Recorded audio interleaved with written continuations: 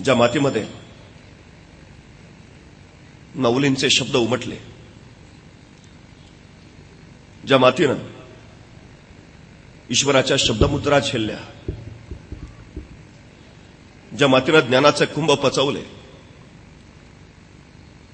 ज्या मातीनं 350 वर्षापूर्वीच्या सह्याद्रीच्या दऱ्याखोऱ्यातल्या घोड्यांच्या टापा कानात साठवून ठेवल्या, ज्या मातीनं इंद्रायणी भीमेचा संत शांत प्रवाह अनुभवला आणि ज्या इंद्रायणी भीमेनं छत्रपती शिवरायांचं स्वराज्य याची देही याची डोळा पाहिलं, ज्या मातीमध्ये छत्रपती शिवरायांची छत्रपती संभाजीराजांची पावलं उमटली, ज्या मातीमध्ये छत्रपती संभाजीराजांच्या अखेरच्या रक्तमुद्रा उमटल्या, ज्या मातीनं देशासाठी मरण्याचा देखणा सोहळा पाहिला, त्या मातीमध्ये देवाच्या आळंदीमध्ये उभा राहतानाच मनस्वी आनंद होतोय. स्वराज ग्रुप आयोजित नरसिंह छत्रपती शिवाजी महाराजांच्या जयंतीनिमित्ताच्या सोहळ्यासाठी उपस्थित असलेले सन्माननीय आमदार विलासरावजी लांडे पाटील, उपस्थित सर्व सन्मान्य आणि आपण सर्व, इतिहास विसरणारी माणसं इतिहास घडवू शकत नाहीत आणि इतिहास घडवणारी माणसं इतिहास विसरू शकत नाहीत. हा एक इतिहास आहे. निरक्षर मराठ्यांचा इतिहास वर्णाक्षराने लिहून ठेवावा इतका तेजस्वी ओजस्वी इतिहास याच मातीत घडला. मात्र साक्षर मराठी त्यापासून बेदखल राहिले की काय अशा शंका अलीकडे येऊ लागली आहे. पण शंभू चरित्राचं कर्तृत्व ऐकण्यासाठी एवढ्या संख्येनं आपण इथं उपस्थित राहिलात. एवढी एकच गोष्ट, तुमच्या आमच्या काळजामध्ये राजा शिवशंभू अजूनही जिवंत आहेत याचीच ती साक्ष आहे. इथल्या मातीचा एखादा ढेकूळ जर कधी हातात घेतला, तो पाण्यात टाकला तर त्या पाण्यावर जो तवंग उठेल, तो तवंग सुद्धा या मातीसाठी खर्ची पडलेल्या मावळ्यांच्या रक्ताचा असेल. आजूबाजूच्या सह्याद्रीची उंची वाढली ती उगाच नाही. या सह्याद्रीच्या पायाखाली काही जणांनी स्वतःला गाडून घेतलंय, तेव्हा तो सह्याद्री अस्मलाशी स्पर्धा करायला गेला. या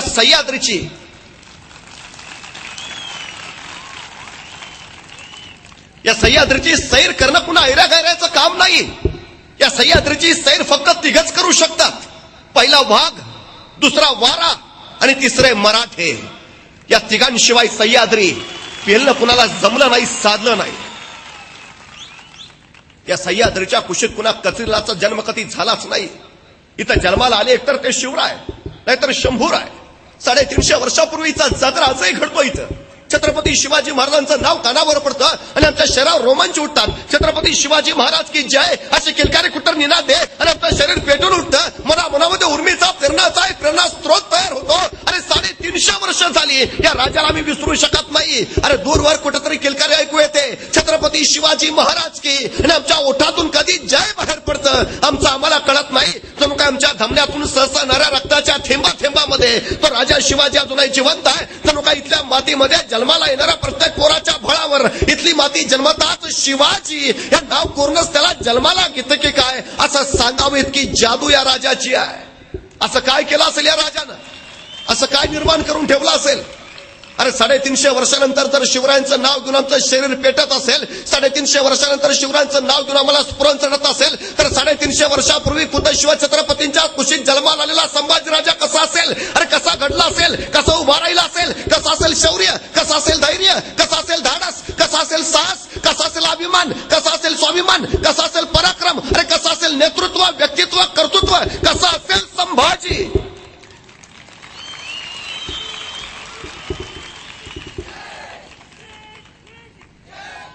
पण ज्यावेळी मी एखाद्या गावरान माणसाला प्रश्न विचारतो, संभाजीराजे कसे होते तुम्हाला माहितीये का, तो 2 शब्दात उत्तर देतो, संभाजी महाराज रगेल होते आणि संभाजी महाराज रंगेल होते. 2 शब्दात संभाजीराजांचा इतिहास बदलून जातो. इतिहासानं नाना आरोपांच्या फैरी झाडल्यावर त्यांच्यावर संभाजी स्वराज्याने संभाजी रगेल, संभाजी रंगेल, संभाजीराजांनी मराठेशाही बुडवली, संभाजीराजे म्हणजे शिवाजींच्या पोटाला आलेला नादान तख्तनशील वारीस, संभाजीराजे म्हणजे स्वराज्यद्रोही, संभाजीराजे म्हणजे मुघलांच्या गोटात जाऊन मिळालेले, संभाजीराजे म्हणजे छत्रपतींचे पुत्र असून युवराज असून मोगलांना सामील झालेले. नाना नाना नाना आरोपांच्या फैरी झाडल्या. बदनाम होत राहिला संभाजी गेली 350 वर्ष. काय वस्तुस्थिती, काय खरा इतिहास? इतिहासाची पानं ज्यावेळी चाळतो, पुरावे पाहतो, त्यावेळी लक्षात येतं 14 मे 1657 पुरंदराविका शिवरत्नाचा जन्म झाला आणि आपल्या ज्येष्ठ पुत्राची याद म्हणून मासाहेब जिजाऊंनी त्यांचं नामकरण केलं संभाजी. बघता बघता संभाजींच्या बाललीलांनी सगळ्यांची मनं हरकू लागली. वय झालं 2.25 वर्ष. त्याच वेळी नियतीनं गलती केली.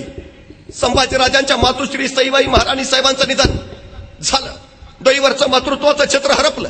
पिता शिवाजीराजे तर सतत पाठीला मरण बांधून मुलूक परत दौड घेणारे, पित्याची छत्र छाया वाट्याला यावी कशी. पण याच वेळी सामन्याला मासाहेब जिजाऊ, अजून दुसरा शिवाजी घडवायचं सामर्थ्य जिजाऊत नक्कीच आहे सांगत. आणि जिजाऊ नावाच्या चलत्या बोलत्या विद्यापीठामध्ये संभाजीराजांचं शिक्षण चालू झालं. संभाजीराजे लिहिणं वाचणं शिकले, चालणं बोलणं शिकले, पळणं खेळणं शिकले. बघता बघता नाना कला, नाना विद्या, नाना गुण त्यांना आत्मसात झाले. 1 नाही, 2 नाही, 3 नाही, 4 नाही, तब्बल 16 भाषा संभाजीराजांना यायला लागल्या. मराठी येते, उर्दू येते, फारसी येते, कन्नड येते, तामिळ येते, मल्याळी येते, हिब्रू येते, पाली येते, संस्कृत सुद्धा संभाजीराजांना येते. राज्यशास्त्र, धर्मशास्त्र, नीतीशास्त्र, अर्थशास्त्र, प्रवासशास्त्र या सगळ्या शास्त्रांमध्ये संभाजीराजे तेच तरवेत झाले. नुसता बुद्धीचाच गुण नव्हे, पण त्याच वेळी काव्य गुण सुद्धा त्यांनी जोपासला. संभाजीराजांनी वयाच्या 14व्या वर्षी बुधभूषणम नावाचा ग्रंथ संस्कृत मध्ये लिहिला.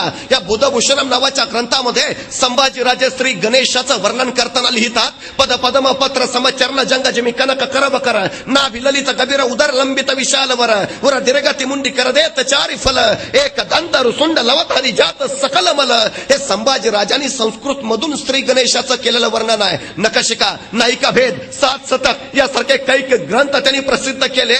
आणि बघता बघता उत्तम कवी म्हणून संभाजीराजांचा नावलौकिक झाला. बुद्धीचं कार्यक्षेत्र काबीज केलंच, पण त्याच वेळी शरीर संपदेचं हा संभाजी नाना विद्यांमध्ये, व्यायामामध्ये तेच तरवेत झाला. मल्लविद्या, भालाफेक, तलवारबाजी, घोडेस्वारी याच्यामध्ये संभाजीराजांनी मोठी हुकूमत पैदा केली. अरे घोडेस्वारीमध्ये संभाजीराजांचा हात कुणी धरत नव्हतं. तत्कालीन काळामध्ये पळत्या घोड्याला एका पायावर उभा करणारा आणि गर्दीची डोळ्याची पापणी मिट्टे तोड फिरवणारा या जगाच्या पाठीवर एकच योद्धा झाला. त्या योद्ध्याचं नाव होतं संभाजी.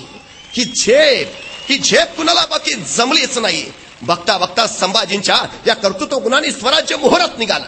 संभाजीराजांचं येणं जणू स्वराज्याला भाग्यशाली ठरलं. संभाजीराजांचा जन्म झाला आणि स्वराज्य वाढत वाढत वाढत वाढत वाढत निघालं. प्रतिपक्ष चंद्र लेखेव, प्रतिपदेच्या चंद्राच्या कलेप्रमाणे स्वराज्य संवर्धित होत गेलं.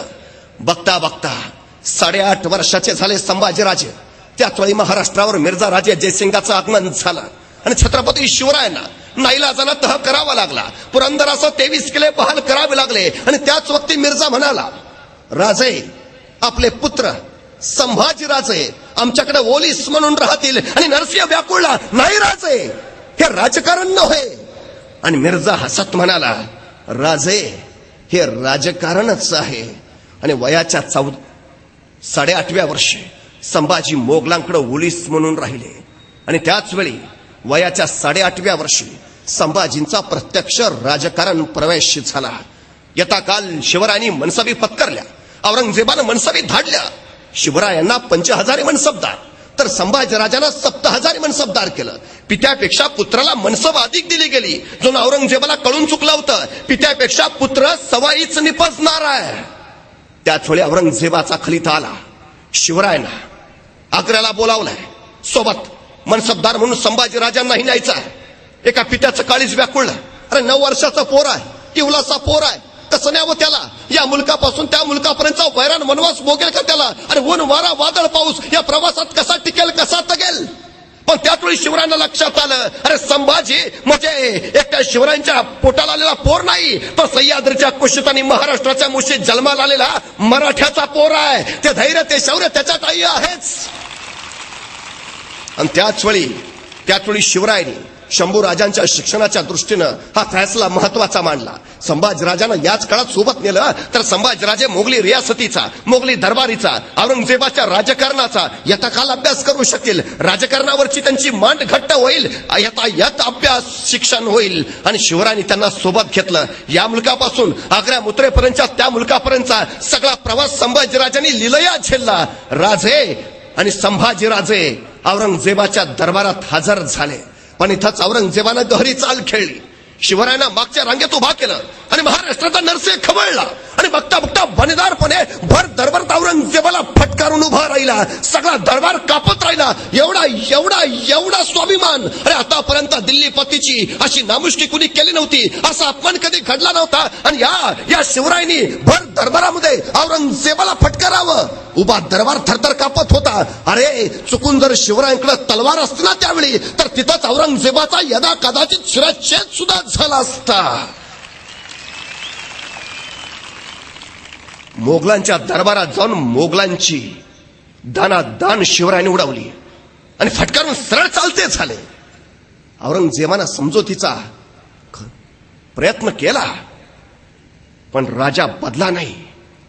पण त्याच वेळी औरंगजेबानं जहरी चाल खेळली. शिवरायांच्या भोवतीचे पहारे कडक केले आणि बघता बघता शिवरायांच्या गळ्याभोवतीचा फास आवळायला सुरुवात केली. शिवरायांना कळून चुकला, औरंगजेबाच्या मगरमिठीतनं सुटका नाही. आणि त्याच वेळी शिवरायांच्या लक्षात आला, सगळ्याच लढाया तलवारीच्या बळावर नाहीत खेळल्या जात. काही लढाया बुद्धीच्या बळावर सुद्धा खेळाव्या लागतात. तलवारीच्या पात्याला एकदा बुद्धीची धार चिकटली की मग शौर्य लखलखतं. आणि बघता बघता शिवरायांच्या तलवारीला बुद्धीची धार चिकटली आणि चाल आखली जाऊ लागली. पण शिवराय त्या दिवसापासून औरंगजेबाच्या दरबारात कधी गेले नव्हते. पण शिवरायांचे प्रतिनिधी म्हणून संभाजीराजे मात्र औरंगजेबाच्या दरबारात येत जात असत.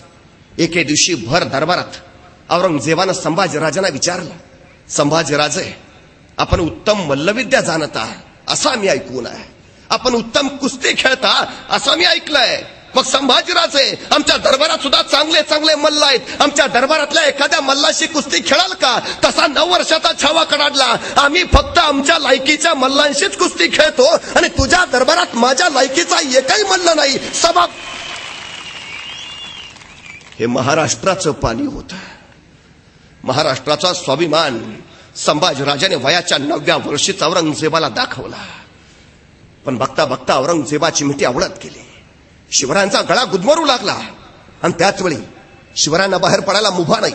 पण संभाजीराजे मात्र औरंगजेबाच्या महालापासून त्या कुंभाराच्या वाड्यापर्यंत बिंदू घेत जात होते. या सगळ्या सुटकेच्या चालीच्या सगळ्या जबाबदाऱ्या शिवरायांनी संभाजीराजांवर सोपवल्या आणि महालापासून कुंभाराच्या वाड्यापर्यंत सगळी चाल संभाजीराजांनी व्यवस्थित पेरली. आणि बघता बघता दिवस उजाडला. जे स्वप्नातही शक्य होणार नाही ते शिवरायांनी सत्यात उतरवलं आणि महाराष्ट्राचा नरसिंह सुटला. औरंगजेबाच्या हातावर तुरी देऊन निसटला. पण आपला एकुलता एक पोर संभाजी, त्याला मागं ठेवून यावेळी एका पित्याचं काळीच गलबला नसेल का? जीव व्याकुळा नसेल का? अरे 9 वर्ष उमरीचं पोर कसं ठेवावं मागं मृत्यूच्या दारात औरंगजेबाच्या दरबारात? अरे कसं ठेवावं? जर जाते वेळी या संभाजीराजाने विचारलं असतं शिवरायांना, आबासाहेब आम्हाला सोडून एकटेच जाणार? अरे दर्या सुद्धा हटला असता, माग धरणी कंपत झाला असता, फटला असता भाड. जर विचारलं असतं संभाजीने, आबासाहेब आम्हाला सोडून एकटेच जाणार? पण त्यावेळी हा सर्जा संभाजीराजा आपल्या पित्याचा हात हातात घेऊन सांगत होता, आबासाहेब आमची फिकीर करू नका. आपल्यापेक्षा आमच्यापेक्षा महाराष्ट्राला आपली गरज अधिक आहे. आणि आपल्या या पोराच्या परिपक्वतेवर हा नरसिंह खुश झाला. यथा काल राजे निसटले, राजगडावर पोचले आणि पोचल्या त्यांनी वार्ता उठवली. वाटेत संभाजीराजांचं निधन झालं. वयाच्या 9व्या वर्षी संभाजीराजांच्या पाटीलाचे मरण बांधलं गेलं. ते इंद्रायणी भीमेच्या तीरावर मरला नड्या छकन समोर जाईपर्यंत ते मरण त्यांची तशीच सोबत करत राहिलं. पण शिवरायांनी उठवली होती हुल. राजगडावर तर संभाजींचे अंत्यविधी सुद्धा झाले. येसुबाई सती जायला निघाल्या, जिजाऊ तर रडून रडून थकल्या. पण सगळी चाल शिवरायांनी आपल्या काळजात मिठवून ठेवली. तोपर्यंत जोपर्यंत संभाजीराजे सुखरूप गडावर येत नाहीत. हुल उठवली एवढ्यासाठी की संभाजींच्या मृत्यूची बातमी औरंगजेबाला कळेल आणि औरंगजेब त्यांचा पाठलाग सोडेल आणि मग सुरक्षित संभाजीराजे गडावर येतील. आणि झालं तसंच. संभाजीराजे सुरक्षित गडावर पोहोचले. पण गेलेला शंभूराजा वेगळा होता आणि परत आलेला संभाजीराजा वेगळा होता. परत आला होता धाकला धनी, जाणता, परिपक्व झालेला, मोगली रियासतीचा, राजकारणाचा अभ्यास करून तयार झालेला संभाजीराजा. वयवर्ष झालं 10. त्याच वेळी शिवाजीराजांनी संभाजीराजांना विचारलं, संभाजीराजे आपण लेखणी तेच चालवता, पण आपली तलवार आणि उसळला छावा आज्ञा द्यावी आबासाहेब आणि आज्ञा दिली. गुजरात खांबात प्राण टिपण्याची आणि 10,000चे फौज घेऊन चढा निघाला. दवल्याचा लोट काळ्या कबीने धक्काने उरात घ्यावा तसा शौर्याचा लोट घेऊन निघाला. कोसळला गुजरातवर. खांबा टिकलं, बागानगर लुटलं, मामे जाधवराव खासे कैद केले आणि स्वतःच्या शौर्याची मोहर स्वराज्यावर उमटली आणि त्यांच्या युद्धनीतीने अनेकांच्या नजरा विस्तारून गेल्या. शिवरायांना बातमी कळाली आणि कडाडले शिवराय, द्या 32 तोफांना, आमचा बचडा जीत घेऊन रायगड जवळ करतोय. आणि स्वराज्यावर संभाजींचा पहिला पराक्रम उमटला. लेखणीच्या बुद्धीच्याच नव्हे तर मनगटाच्या परीक्षेत सुद्धा संभाजीराजे अव्वल आले. आता काल जिजाऊ मासाहेबांनी मुलकी प्रशासनाच्या, खासगी प्रशासनाच्या सगळ्या जबाबदारी संभाजीराजांवर सोपवल्या. दान प्रमुख म्हणून त्यांना जबाबदारी दिली. मंत्र्यांच्या वरच्या ज्या तक्रारी यायच्या त्याचं निराकरण करायची जबाबदारी सुद्धा संभाजीराजांवर सोपवली.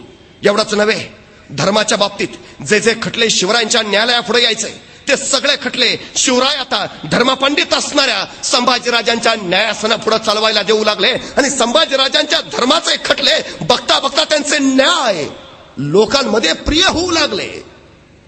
न्याय कठोर संभाजी म्हणून संभाजींची लोकप्रियताही वाढली. जनतेच्या कल्याणाचं सूत्र संभाजीराजाने आपल्या काळजात जपलं. कारण शिवरायांनी दिला होता महामंत्र, रयतेच्या डोळ्यातला एक अश्रूही राजाला एका बलवान शत्रूपेक्षा भारी वाटतो. एक वेळ शत्रूंना पराभव केला तरी चालेल, पण रयतेच्या डोळ्यातल्या अश्रूंनी राजाचा पराभव होता कामा नये. आणि संभाजीराजे त्याच शिवरायांच्या पावलावर पाऊल टाकून रयत जपत होते, अगदी मारदावतेनं, लेपोटच्या लेखासारखे. यथा काल संभाजीराजांचं वय झालं 17 वर्ष आणि महाराष्ट्र एका नव्या जाणीवेच्या आनंदाला आतुर झाला. रायगड तणांदनानं न्हाला होता. कारण होतं शिवरायांचा राज्याभिषेक. 750 वर्षापूर्वीचा घनदाट अंधार हटवून राजे छत्रपती होणार होते. या म्लेंच्या बादशाहीमध्ये एक मराठा एवढा बादशाह झाला. ही गोष्ट काही साधी झाली नाही असं सभासदांनी लिहून ठेवला. तो देखणा सोहळा. शिवराय छत्रपती होणार, पण त्याच वेळी काहींनी शिवरायांच्या क्षत्रियत्वावरच आक्षेप घेतला. शिवराय क्षत्रिय नाहीत, सबब त्यांना राज्याभिषेकाचा अधिकार नाही. यथा काल गागा भट्ट काशीवरनं येते झाले आणि त्यांच्या समोर बसले धर्मपंडित संभाजीराजे. गागा भट्टांना पटवून दिलं आणि गागा भट्टांनी संमती दर्शवली आणि राजगडावर राज्याभिषेक झाला. 750 वर्षापूर्वीचा अंधार हटवला. लोकशाही राज्य निर्माण झालं, लोककल्याणकारी राज्य निर्माण झालं, शिवकल्याणकारी राज्य निर्माण झालं. शिवशाही अवतरली. रयतेच्या डोळ्याच्या कडा आनंदानं पाणावल्या. राजा छत्रपती झाला. पण त्याच वेळी इतिहासात आणखीन एक घटना घडली. आतापर्यंत मराठ्यांची पोरं फक्त सरदार पुत्र होती. संभाजीराजे पहिले छत्रपती पुत्र ठरले. संभाजीराजे पहिले युवराज झाले. या घटनेपर्यंत संभाजीराजांवर एकही आरोप नाही, एकही डाग नाही. पण या घटनेनंतर संभाजीराजांच्या चरित्राचं पाणी असं काही वेगळ्या पाट्यांना वळवून देण्यात आलं की मूळचा संभाजी राजाच हरवून गेला. मल्हार रामराव चिटणीस या बकरकारानं आपल्या खापर पंजोबाला संभाजींनी हत्तीच्या पायी दिलं याचा राग मनात देऊन संभाजी राजांचं अत्यंत विकृत चित्रण केलं. सभासद बकरानंही तसंच केलं. या 2 बकरींचा आधार घेऊनच मग पुढचं लेखन झालं आणि संभाजी राजा बदनाम होत राहिला. संभाजी राजांवर आतापर्यंत 60 नाटकं आणि 27 चित्रपट आले. खुद्द शिवरायांवर सुद्धा एवढे झाले नाहीत. आम्हाला चकचकीत पॉलिशड जगण्याची सवय लागली. दादा कोंडकेंच्या चित्रपटात एक गाणं आहे, चंदनाच्या पाटावर सोन्याच्या ताटावर मोत्याचा घास तुला भरवीन ग. आम्हाला बरं वाटतं.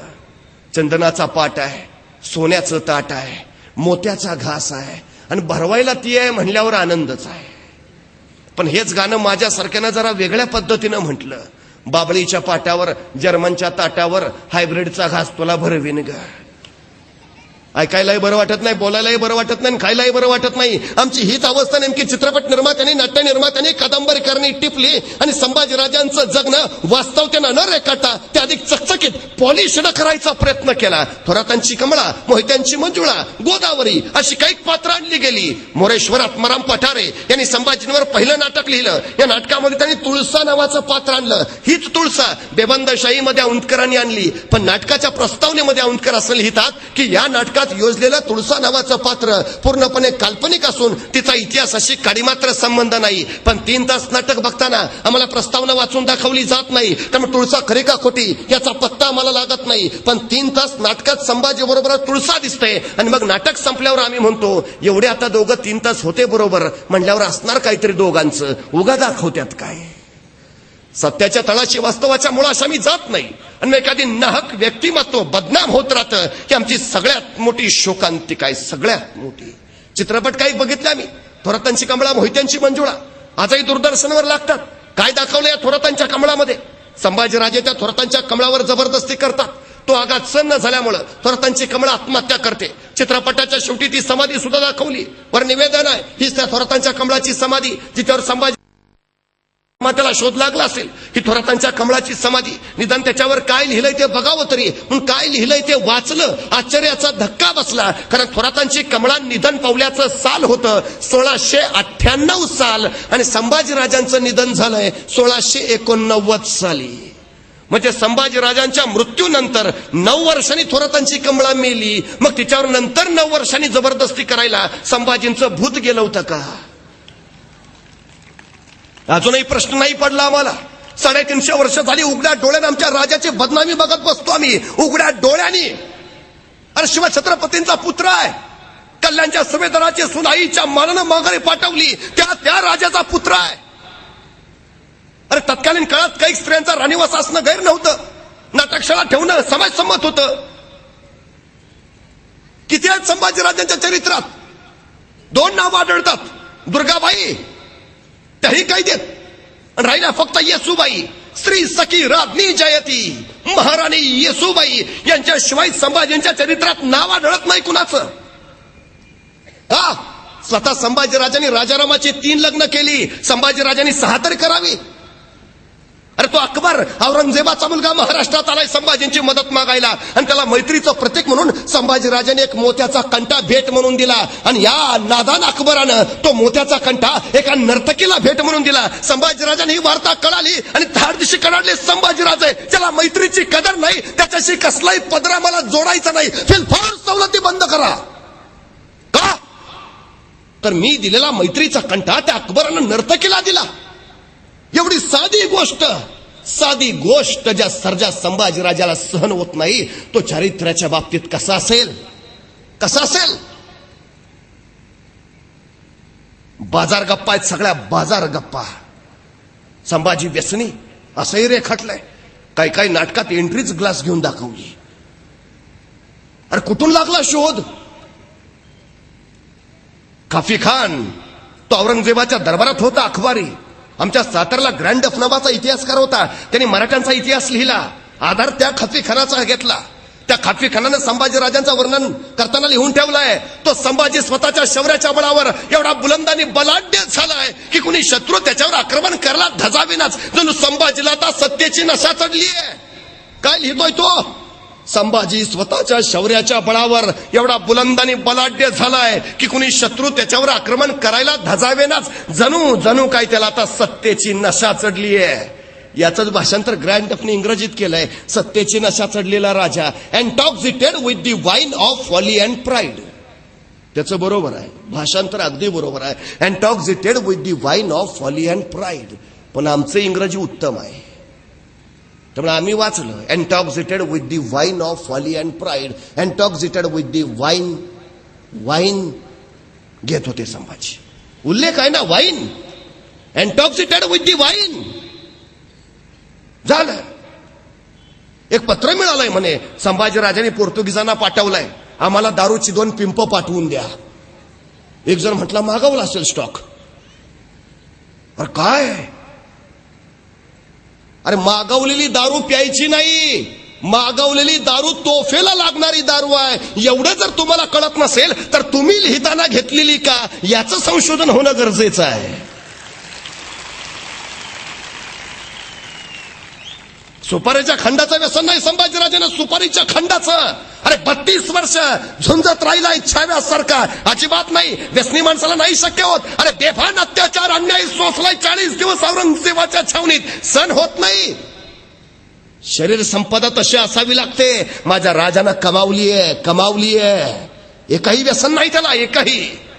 आणखी एक आरोप केला, संभाजीराजे दिलेर खानाला जाऊन मिळाले, संभाजीराजे स्वराज्यद्रोही, संभाजीराजे फुटीर, छत्रपतींचा पुत्र मोगलांना सामील नाही. शिवाजीराजे कर्नाटकच्या स्वारीवर निघालेत, सगळा सैन्य त्यांच्या सोबत आहे. त्याचवेळी बहादूरगडाला दिलेर खान आलाय, तो स्वराज्यावर आक्रमण करायची भीती आहे. महाराजांनी आदिलशाही आणि गोवळकोंड्यात भांडणं लावून दिली, त्यामुळे ते स्वराज्यावर आक्रमण करणार नाहीत. पण दिलेर खान मोकळा आहे. आपण कर्नाटकात निघाल्यावर दिलेर खानाला आक्रमण करू नये यासाठी त्याला रोखायची जबाबदारी शिवरायांनी संभाजीराजांना दिली आहे. त्यांना शृंगारपूरचा सुभेदार म्हणून नेमलाय आणि ससैन्य शिवराय बाहेर असताना निवळ बुद्धीच्या बळावर संभाजीराजांनी दिलेर खानाला रोखलंय. राजे परत येईपर्यंत रोखलंय आणि त्यासाठी पत्रव्यवहार केलाय. आम्हाला पराक्रमाची संधी हवी आहे, आम्हाला आमचा पराक्रम दाखवायचा आहे. इथं स्वराज्यात ते शक्य होईना, मला संधी द्यावी. दिलेर खानानं लगेच फुलं टपाली पत्र पाठवलं. अरे तू तिथं गप्प काय बसलाय? औरंगजेबाची इच्छा सह्याद्री जिंकायची, तू ये, चल ये माझ्याकडं, आपण दोघं मिळून सगळा दख्खन जिंकू. संभाजीराजांनी त्याला उलट टपाली कळवलं, या राज्याची जबाबदारी माझ्यावर सोपून माझे वडील परराज्यात गेले आहेत, ते परत येईपर्यंत मी तुझी जबाबदारी स्वीकारू शकत नाही. म्हणजे संभाजीराजे येतोही म्हणत नाहीत आणि संभाजीराजे येत नाही म्हणत नाहीत. दिलेर खानाला निव्वळ झुलवत ठेवलंय, निव्वळ झुलवत. राजे परत आले, पन्हाळ्यावर दोघांची चर्चा झाली, गुज झालं आणि मग राजे रायगडावर गेले. यथा काल निरोप पाठवू सांगून मध्ये 6-7 महिने गेलेत. आता संभाजीराजांना पळूनच जायचं होतं, तर राजे कर्नाटकात असतानाच ते सोपं होतं का? कुठला चोर असा म्हणतो येऊ दे की पोलीस, मग जातो पळून. अरे जायचंय तर आधीच जा ना, राजे नसताना. राजे यायची वाट कशाला बघता? पुन्हा 6-7 महिने गेलेत मध्ये. आणि मग एके दिवशी रायगडावर राजांचं पत्र येत आहे. आपण रायगडास न येता सरळ परळी जाणे उचित. आणि मग राजे निघालेत, संभाजीराजे तिथून. आता परळी म्हटलं की पुन्हा समर्थ रामदास स्वामींचा उल्लेख आला. मग संभाजीराजे बिघडलेले होते, त्यांना मार्गदर्शनाची गरज होती, म्हणून शिवरायांनी त्यांना समर्थांकडे पाठवलं. पण त्या क्षणी समर्थ परळीच्या किल्ल्यावर हजरच नव्हते आणि राजांना हे माहिती असलंच पाहिजे, कानोकान खबरी असतात त्यांच्याकडे. मग ज्या काळात समर्थ परळीच्या किल्ल्यावर नाहीत, त्याच काळात संभाजीला तिथं पाठवण्याचा उद्देश काय? आणि त्या परळीपासून अवघ्या 13 मैलावर माहुलीला दिलेर खानाची लोक आलीत.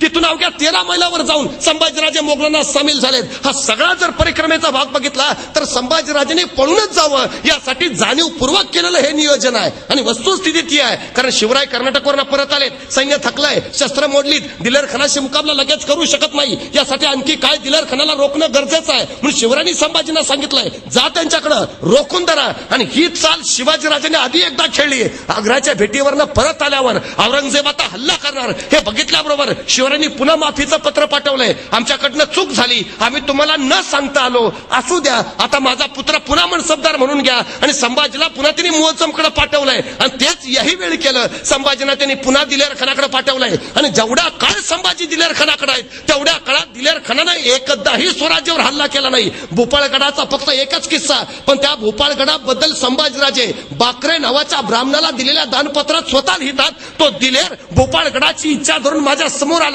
त्यावेळी शंकरासारखा मी माझा तिसरा नेत्र उघडून क्रोध प्रकट केला.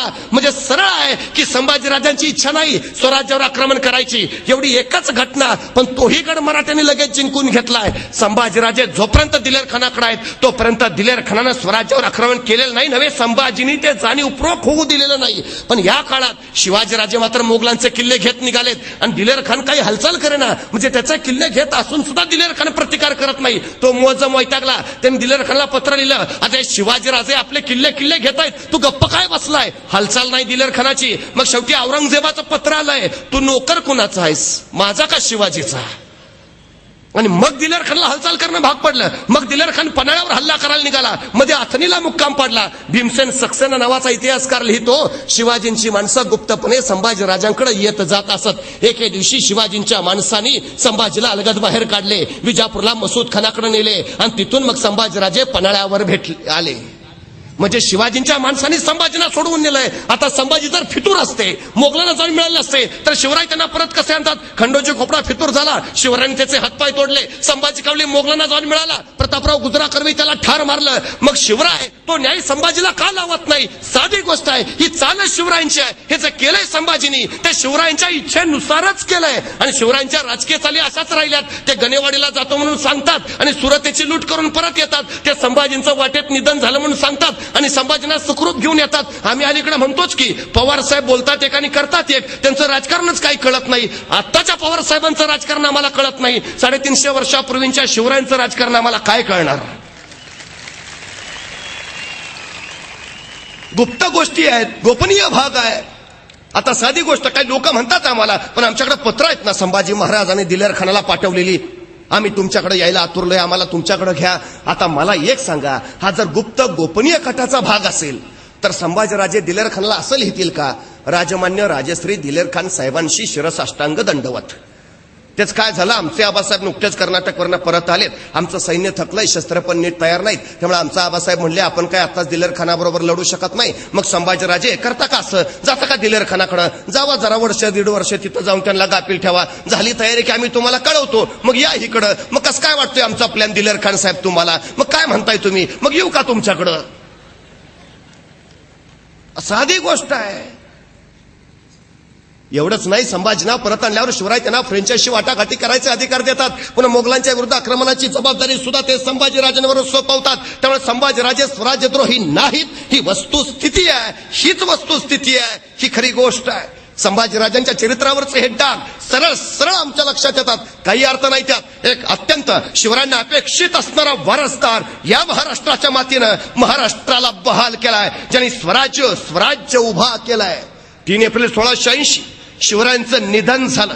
त्यावेळी संभाजी महाराज नुकतेच पन्हाळ्याला आलेत. ते रायगडावर नव्हते, याचं कारण ते बुर्हानपुराच्या स्वारीत अडकले होते. राजारामाचं लग्न ते स्वारीत असतानाच झालं, म्हणून ते लग्नाला येऊ शकले नाहीत. ते कैदेत वगैरे अजिबात नव्हते, ही वस्तुस्थिती आहे. आणि शिवरायांचं निधन झाल्यावर शिवरायांच्या निधनाची वार्ता लोकांना कळाली तर रयतेत गोंधळ माजेल आणि शत्रू आक्रमण करायची भीती आहे, म्हणून शिवरायांची निधनाची वार्ता सुद्धा गोपनीय ठेवण्यात आली. पण त्याचवेळी मंत्री रायगडावर जमा झाले. मंत्र्यांचा नवीनच डाव सुरू झाला. कसंही झालं तरी संभाजीराजे गादीवर येता उपयोगाचे नाहीत, कारण संभाजीराजे धर्मपंडित, संभाजी संस्कृतचे ज्ञानी, संभाजी निर्णय क्षमता असणारे, संभाजी प्रचंड बुद्धिमान, संभाजी प्रचंड शौर्यशाली. संभाजी जर गादीवर आले तर आत्ताच ते आपला मुलाईजा ठेवत नाहीत, पुन्हा जर आपल्यालाच ठेवणार नाहीत. त्यामुळे कसल्याही परिस्थितीत संभाजी गादीवर येता कामा नाही. त्यापेक्षा राजारामाला गादीवर बसूया. राजाराम अल्पवयी आहे, त्याला काही कारभार जमणार नाही, म्हणजे कारभार आपल्याच हातात येणार. स्वार्थी मंत्र्यांनी स्वतःच्या स्वार्थासाठी कसल्याही परिस्थितीत संभाजीला गादीवर येऊ न देण्याचा चंग बांधला. त्यासाठी सोयराबाईंना हाताशी धरलं, सरळ सरळ हाताशी धरलं आणि तिकडं कराडला हंबीरराव मोहिते, जे सोयराबाईंचे सख्खे बंधू, मराठे शाहीचे सरसेनापती सरलष्कर, त्यांना निरोप पाठवला. पन्हाळ्यावर संभाजीला कैद करायला जायचं आहे, आपण ससैन्य तयार राहा. त्यांची भूमिका अशी की कुठल्या मामाला वाटणार नाही आपला भाचा गादीवर येऊ नये. आता राजारामाला गादीवर बसवतोय म्हणल्यावर मामा हंबीरराव तर लगेच तयार होतील, आणि झालंही तसंच. हंबीररावांनी लगेच कळवलं, मी तयारच आहे, तुम्ही या. मग म्हणूनच संभाजींना कैद करायला जाऊ. मंत्री आनंदले, निघाले, आले, तळबीडला आले. हंबीररावांच्या पुढं चला आता सैन्य घ्या, संभाजीला कैद करायचं आहे. आणि त्या क्षणी हंबीररावांनी डाव बदलला, बुमरँग त्यांच्यावर उलटवलं, आल्या मंत्र्यांना सरळ काढण्या चढवल्या, सगळे कैद केले. सर पन्हाळ्यावर नेऊन संभाजींच्या पायावर घातले आणि कडाडले सरलष्कर. ही काय नादान हरामजाद माणसं, राजा जाऊन अजून 11 दिवस नाही झाले आणि त्यांच्या पोटच्या गोळ्याला कैद करायला आल्यात, घ्या ताब्यात. आणि मंत्री फिलपोट गिरफ्तार झाले. संभाजीराजांनी त्यांना कैदेत ठेवलं. 1 महिना पन्हाळ्यावरच कारभार चालवला आणि मग संभाजी रायगडावर आले. पण या काळात संभाजीराजांनी हंबीररावांना विचारलं, मामासाहेब आपण राजारामांचे मामा असून, आमच्या मातोश्री सोयराबाई साहेबांचे सख्खे बंधू असून आपण त्यांच्या पाठीशी उभा राहण्यापेक्षा आमच्या पाठीशी कसं काय उभा राहिलात? त्यावेळी हंबीररावांनी सांगितलं. या मंत्र्यांचा डाव लक्षात येताच आणि मंत्री माझ्याकडे येताच सोयराबाईंनी मला कळवलं की कैसे हे करून संभाजीराजांना वाचवणे. सोयराबाईंनी निरोप दिल्यामुळेच मी आपल्याला वाचवू शकतो. दुर्दैवानं सोयराबाईंची भूमिका मराठ्यांच्या इतिहासात कैकई सारखी करून टाकल्यामुळं त्याही व्यक्तित्वावर अन्याय झालाय. ही सगळ्यात मोठी वस्तुस्थिती. त्यांना भिंतीत चिनून बिनून मारलं, असल्या काही गोष्टी कल्पोकल्पित रंगवल्यात. अजिबात नाही. सोयराबाईंना कुणीही भिंतीत चिनून मारलं नाही. उलट या घटनेनंतर 1.5 वर्ष पुढे सोयराबाई जिवंत आहेत. ही वस्तुस्थिती आहे. रायगडावर संभाजीराजे आले, शिवरायांचे अंत्यविधी सुद्धा नीट झाले नव्हते. संभाजीराजेने पहिल्यांदा ते करून घेतले. रायगडावर शिवरायांची समाधी उभारली आणि तब्बल स्वराज्याची घडी नीट बसून तब्बल 9 महिन्यांनी स्वतःला राज्याभिषेक करून घेतला. संभाजीराजे स्वराज्याचे दुसरे छत्रपती झाले. पण त्याच वेळी महाराष्ट्राचं आभाळ काळवंडलं होतं. एके दिवशी संभाजीराजांनी सरलष्करांना विचारलं, मामासाहेब, स्वराज्याचा घाट बांधावा म्हणतो, पण औरंगजेबाचाही थाट उतरला पाहिजे. जागा शोधा मोक्याची. आणि हंबीररावांनी जागा काढली, अगदी मोक्याची. राज एक जागा आहे, बुर्रानपुरा. दार उठ मुल्क दख्खन. बुर्रानपुरा म्हणजे औरंगजेबाची दख्खनेतील राजधानी. एखाद्या सुंदरीच्या गालावर तिळ शोभावा असा बुर्रानपुरा शोभतो. ऐश्वर्य, संपत्ती, सामर्थ्य, अफाट. आणि त्यातोळी कडडला छावा. मग टाका छापा त्या बुर्रानपुरावर, करा कोळसा पुरा त्याचा. आणि सुटले मराठे. बुर्रानपुराचे 17 पुरे धुतले, काही ठेवलं नाही. अरे बुर्रानपुरा म्हणजे औरंगजेबाचं हळवं काळीच पान. पर चेंदा मेंदा करून टाकला मराठ्यांनी. पहिला तडाखा सोसतो ना सोसतो तो संभाजीराजांनी दुसरा तडाखा दिला, औरंगाबाद. औरंगजेबाच्या नावाने बसवलेला औरंगाबाद. संभाजीराजांनी त्यालाच हात घातला. इतकं लुटलं, इतकं धुतलं की औरंगजेबाच्या नावाशिवाय तिथं काही ठेवलंच नाही. एखाद्या बागेचं सौंदर्य डोळ्यात साठवावं म्हणून डोळे मिटावे आणि पुन्हा उघडून बघावं तर पुढं स्मशान दिसावं, अशी अवस्था औरंगाबादची केली होती. औरंगजेब चरफडला, भयान वैतागला. पण त्याच वेळी त्याला तिसरा तडाखा बसला. दस्तुरखुद औरंगजेबाचा मुलगा, त्याचा शहजादा अकबर औरंगजेबाच्या विरोधात उठला आणि सरळ आला महाराष्ट्रात. कारण त्याला माहिती आहे या पुऱ्या हिंदुस्थानात औरंगजेबाशी झुंज घेईल असा एकच मर्द सर्जाय, संभाजी. तो आला सरळ संभाजीकडंच. औरंगजेबाला दुसरं कुणी नमू नाही शकत. औरंगजेबाला दुसरं कुणी झुकवू नाही शकत. औरंगजेबाला दुसरं कुणी मातीत गाडू नाही शकत. एकच संभाजी. आणि संभाजीराजांनी याच अकबरला हाताशी धरलं आणि आपल्या राजकारणाच्या पटावरच्या चाली खेळायला सुरुवात केली. पण लागोपाठ 3 तडाखे बसलेला औरंगजेब चवताळून उठला. आग्या मोहळ उठावं असं औरंगजेब पिसाळला आणि उचलली पावलं त्यांनी खासे दख्खनवर. औरंगजेबाचं साम्राज्य म्हणजे आशिया खंडातलं सगळ्यात मोठं साम्राज्य. आणि संभाजींचं स्वराज्य म्हणजे आशिया खंडातलं सगळ्यात छोटं साम्राज्य. मनभर सैन्य कणभर मराठ्यांना चिरडायला निघालं. औरंगजेबाच्या नुसत्या सरदारांची संख्या 14,500 होती. कैक नातलग, शहजादे, अफाट सेनापती, 4 लाखाचं सैन्य, 14 कोटीचा खजिना, 40,000 हत्ती, 70,000 घोडी, 35,000 उंट. अरे औरंगजेबाची छावणी पडली तर 3 मैलाचा परिसर व्यापून जायचा. 3 मैलाचा एवढा अफाट सैन्य आलं चालून महाराष्ट्रावर. आणि सह्याद्रीच्या कड्यावरनं कडाडला छावा. येऊ द्या त्या औरंगजेबाला. अखेर त्याला त्याच्या मरणाची जागा कळली तर आता बघेल या छाव्याचा गनिमी कावा. आणि बघता बघता संभाजी सज्ज झाला. वय वर्ष अवघं 23. महाराष्ट्राचा आभाळ काळवंडून गेला. औरंगजेबाने एका बाजूपाठ मोहिमाला घडल्या. सरबुलंद खान, आले खान, फतेह खान, शहजादा आजम, बेदार बख्त मुअज्जम, शहाबुद्दीन खान, बहादूर खान, एक नामचीन सेनापती अफाट ताकदीनं महाराष्ट्राला कैचीत पकडायला चोहोबाजूनी आत घुसवले. आणि मराठे सज्ज झाले. संभाजीराजांच्या नेतृत्वाखाली त्यांनी मोगलांची लंगडे तोड चालू केली. मराठे सुसाट सुटले. जिथं भेटेल तिथं मोगलांना कापत राहिले. जिथं जाईल तिथं. अरे सरबुलंद खान मार खान परतला. फले खान तोंड काळं करून गेला. तो बहादूर खान नुसता पळून दमला. शहाबुद्दीन खानाला तर काहीच सुचेना. औरंगजेबानं चोहोबाजूनी फक्त शिकस्तीच्या बातम्या ऐकत राहिला. हार पराभव. अरे 23 वर्षाचा छावा संभाजी मोगलांना पार 16 पळा सोडला. तू महाराष्ट्रात येतो ना, संभाजीराजांनी विलक्षण युद्धनीती केली. मराठ्यांच्या फौजा सगळं मोगलांच्या प्रांतात घुसवल्या. इतकं फाटलं की औरंगजेबाला काय कळेना. मराठी तिथं आले म्हणून सैन्य पाठवावं तर मराठे पुढं, मराठी तिथं गेले म्हणून सैन्य पाठवावं, मराठे त्याच्या पुढं. अरे कुठं शिवावं, सगळीकडंच फाटत निघालंय. इथं शिवावं तर तिथं मराठे फाडतायत, तिथं शिवावं तर मराठे तिकडं फाडत निघालायत. कुठं ठिगळं लावावी. वैतागून संतापून गेला औरंगजेब. आपल्या सरदारांवर बरसत राहिला. क्या करते हो बंदोबस्त, खिल्लते पहन के खाली मार खाते हो. इतनी फौज दी दीमत ने कहा गई, खा गया वो दक्कन का चूहा. तसा कुणी सरदार म्हणाला, हुजूर वो संबा शैतान है. अरे फिर हम कहा शैतान से कम है. फिर भी क्यों शिकस्त, फिर भी क्यों हार. औरंगजेबानं मोठ्या थाटात मराठ्यांविरुद्धची मोहीम उघडली. पण संभाजीराजांनी त्याची पुरती वाट लावली. कडाडला संभाजीराजा. आमच्याच वाटेवर येऊन आमच्याशीच वाटमारी करणाराची त्याच्या वाटेवर जाऊन वाट लावल्याशिवाय आमच्या वाटेवर परतत नाही आम्ही.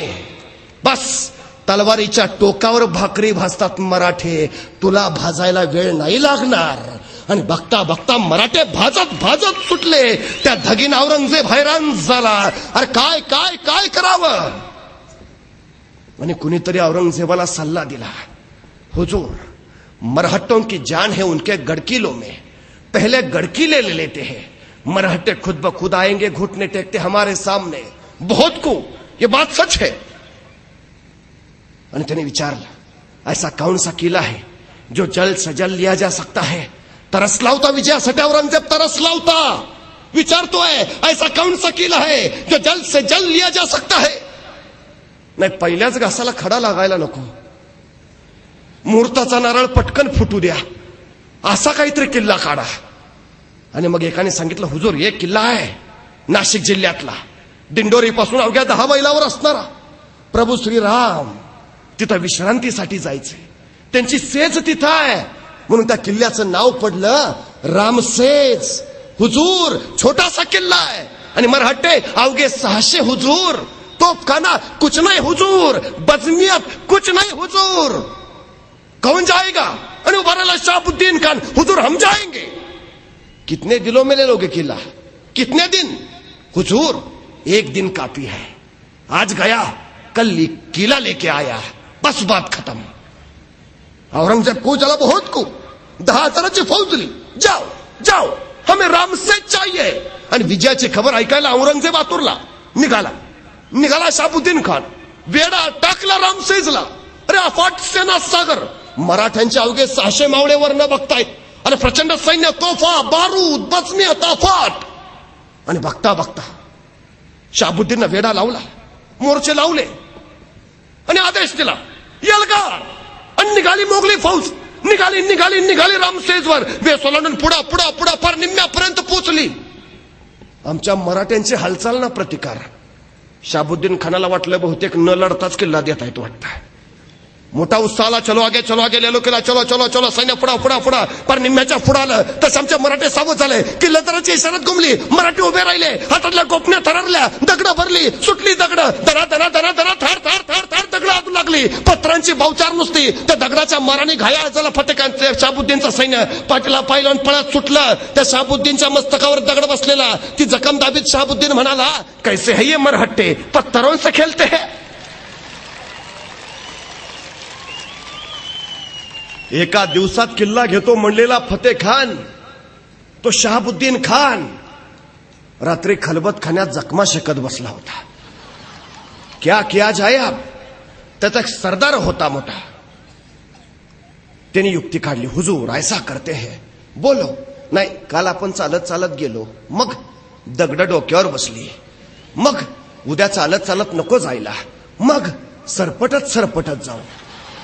म्हणजे दगड आली तरी वर्ण जातीला आपल्याला लागणार नाही.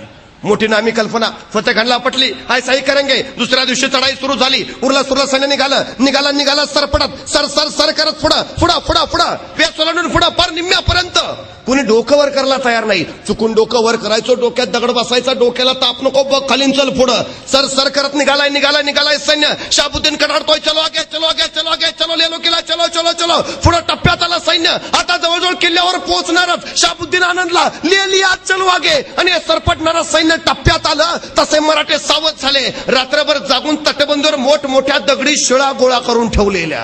हे सैन्य जवळ आलं तशा दगडी शिळा दिल्या नुसत्या ढकलून. गडगडा करत शिळा सुटल्या खाली. सरपटणाऱ्या प्राण्यांना कायमचं सरपटणारा करून मग तळा जाऊन थांबल्या. शहाबुद्दीनला काही कळे ना क्या क्या जाय. मग त्यांनी स्वतःच्या तोफखाना प्रमुखाला बोलावलं. कल तोहफे लागल, दागो तोहफे किले पर बस. तोफों से कितने पल में आएगा किला हाथ में. तोफखान्याचा प्रमुख म्हणाला, हुजूर 2 घंटे की बात है खाली बस. 2 तासात किल्ला तुमच्या पायावर ठेवतो. आणि बघता बघता त्यांनी तोफा लावल्या. रात्र झाली. आता सकाळी युद्धाला सुरुवात होईल. सगळे मोगल निवांत झोपले. उद्या सकाळी उठायचं आणि तोफखाना लावायचा. बस तोफा चालू झाला की किल्ला ताब्यात. पण त्याच रात्री सगळे निद्राधीन असताना 1:30च्या सुमारास मराठे काही किल्ल्यावरनं खाली आले. सरळ शहाबुद्दीनच्या छावणीत घुसले. सरा कापाकापी केली. सगळा कल्लोळ हल्ला कल्लोळ माजाला. मोगल जागा व्हायच्या आत मराठे परत गायब. छापा छापा मराठों का छापा. नींद उडाली मोगलांची. शहाबुद्दीन सरफडत राहिला. सकाळ झाली. तोफखाना प्रमुखाला तोफा लावायला सांगितलं. तोफा लागल्या. दारू ठासली. आता फक्त पेटवायचं वातान. आणि तोफखाना प्रमुख पुढे गेला. तोफेला बत्ती लावणार त्याच वेळी वर्ण धाड धाड करत तोफेचा गोळा आला. शेजारी धडामधम तसा तोफखाना प्रमुखाला पीछे लो तोफे पीछे लो. मोगलांचा तोफ मारा सुरू व्हायच्या आधी मराठ्यांचा तोफ मारा. त्या तोफखाना प्रमुखानं सगळ्या तोफा मागं घ्यायला लावल्या. तिथनं वरनं गोळे सोडायला लागला. पण तोफा मागं घेतल्यानं गोळे काय किल्ल्यावर जाईनात. आता मागं आलोय म्हणून गोळे जाईनात म्हणून पुढं यावं, तर पुढं आलो की मराठ्यांचे गोळे अंगावर बरसतायत. करायचं काय. शहाबुद्दीन खानानं विचारलं, क्या हुआ. काय होत नाही हुजूर. तोफा पुढं नेल्या तर त्यांचे गोळे अंगावर, तोफा मागं नेल्या तर आपले गोळे पोचेनात. अरे पण तुम्ही तर म्हणलेला मराठ्यांकडे तोफा नाहीत. तोफा नाहीत म्हणलेला मराठ्यांकडे ना. हुजूर मराठ्यांकडे तोफा नाहीत पण डोकं तर आहे. म्हणजे हुजूर मराठ्यांनी लाकडाच्या तोफा तयार केल्यात. त्याला जनावराचं कातडं लावलंय आतनं. ठीक आहे तोफ एक आहे. साधी नाही तोफ हुजूर. आपल्या 10 तोफा नाही, एक तोफ भारी आहे त्यांची. अरे ठीक आहे तोफा तयार केल्या पण गोळे तोफ गोळे कुठनं आणले त्यांनी. हुजूर मग मराठी रात्री कशाला आलते.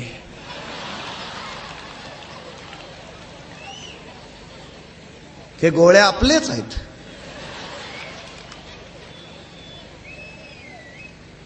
शहाबुद्दीन खानाला काय कळेना. काय काय काय काय करायचं.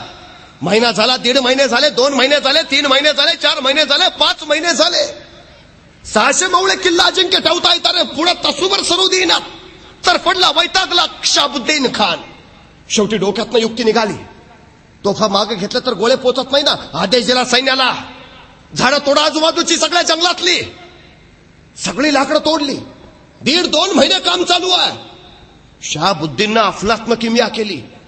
किल्ल्याच्या उंचीचा प्रचंड मोठा लाकडी बुरुंजच त्यानं उभा केला. लाकडी दमदमा. का तर तोफाचा या लाकडी बुरुंजावर नेऊन ठेवायच्या किल्ल्याच्या उंची इतक्या. आणि तिथनं मग खाली किल्ल्यावर डागायचा. बस साधी गोष्ट नाही. कौतुक केलं पाहिजे शहाबुद्दीनचं. कौतुक साधी गोष्ट नाही. अरे किल्ल्याच्या उंची इतका लाकडी बुरुज आणि तोही केवढा. 50 तोफा बसतील वर आणि 500 सैनिक उभा राहील वर. एवढा मोठा बुरुंज. सगळा बुरुंज बांधेपर्यंत मराठे शांत बघत राहिले. चालू द्या तुमचं. बुरुंज उभा राहिला. तोफाईवर चढवल्या. आता उद्या बुरुंजावरनं तोफवारी चालू करायची किल्ल्यावर. बस किती दिवस लढतायत बघू. रात्री सगळे थकले मोगल शांत पडले आणि मराठे नेमके 1:30 वाजता बाहेर पडले. त्या बुरुंजाच्या पुढे आले. दारू गोळा बुरुंजाच्या कडेने ठासून भरला. पूर्वी हुक्के असायचे. हुक्के म्हणजे गावठी बॉम्ब. नारळाची कवटी घ्यायची, त्यात पॉइंटेड खिळे भरायचे, दारू ठसायची, त्याला वातान लावायची, पेटवायची आणि द्याचं टाकून. 5-6 नक्की जायबंदी. हे मराठे हुक्के. एका बाजूने मोगलांना पत्ता लागू नये, मोगल छावणीमध्ये हुक्के टाकत राहिले, मोगलांचा कल्लोळ उडाला आणि तेवढ्या वेळात बुरजाभुती सगळी दारू ठसली, सुरुंग पेरले, वाताने पेटवल्या आणि बघता बघता पेटली, थोई थोई थोई थोई करत वातान पेटत पेटत गेली आणि धडामधूम अवघा बुरुज ढासळला, तोफा सकट खाली. मराठ्यांच्या किल्ल्यावर गोळे पडायच्या आधीच मराठ्यांनी बुरुजाचाच निकाल लावला. वर्ष झालं, 1.5 वर्ष झालं, 2 वर्ष झाली. औरंगजेबानं शहाबुद्दीनला विचारलं, तुम्हारा एक दिन कितने बरसों का होता है? अरे एका दिवसात किल्ला घेतो म्हणलेला 2 वर्ष झाली. आओ वापस, प्रमोशन. शहाबुद्दीनला माघारी बोलवलं, पाठवलं. फतेह खान तुम्हारे नाम में ही फतेह है, हमें फतेह चाहिए. 20,000ची फौज घेऊन आला. त्या रामसेजला चिकटला. अरे गोचडी सारखा चिकटला, झुंजत राहिला, लढत राहिला, पण मराठे टकरा घेत राहिले. अरे टाप नाही मराठ्यांशी झुंजायचं, अजिबात नाही. तसूवर पुढे सरकू देईनात. फतेह खान वैतागला, संतापला. काय करता येईना. अरे 600 मराठ्यांनी सळो की पळो करून सोडलं. त्या फतेह खानला काय कळेना. शेवटी एक मांत्रिक त्याच्याकडे आला, म्हणाला, हुजूर मी भूतवश करायच्या कामात तरबेज आहे, मला फक्त एक सोन्याचा नाग तयार करून द्या, नाही तुम्हाला किल्ल्यावर घेऊन गेलो तर मग विचारा. मरता क्या न करता फतेह खाननं या मांत्रिकावर विश्वास ठेवला. त्याला सोन्याचा नाग तयार करून दिला. नाग तयार झाला. मांत्रिकानं नाग छातीजवळ धरला आणि म्हणला, मी पुढे चालतो, तुम्ही मागणं या, बघा माझी जादू. मांत्रिक पुढे निघाला. सैन्य माग. फतेह खानला वाटलं आता मराठे काय नाही करू शकत, मांत्रिकाची जादू आहे. तो वेस ओलांडून पुढे आला. मराठे नुसते बघतात, 1 नाही 2 नाही, येऊ द्या त्याला. निम्म्यापर्यंत आला. निम्म्यापर्यंत जसा आला तशी मांत्रिकाची छाती फुगली. म्हणलं लग नाही, घेऊन जातो वर. आलोक नाहीत पोर, चला पुढं.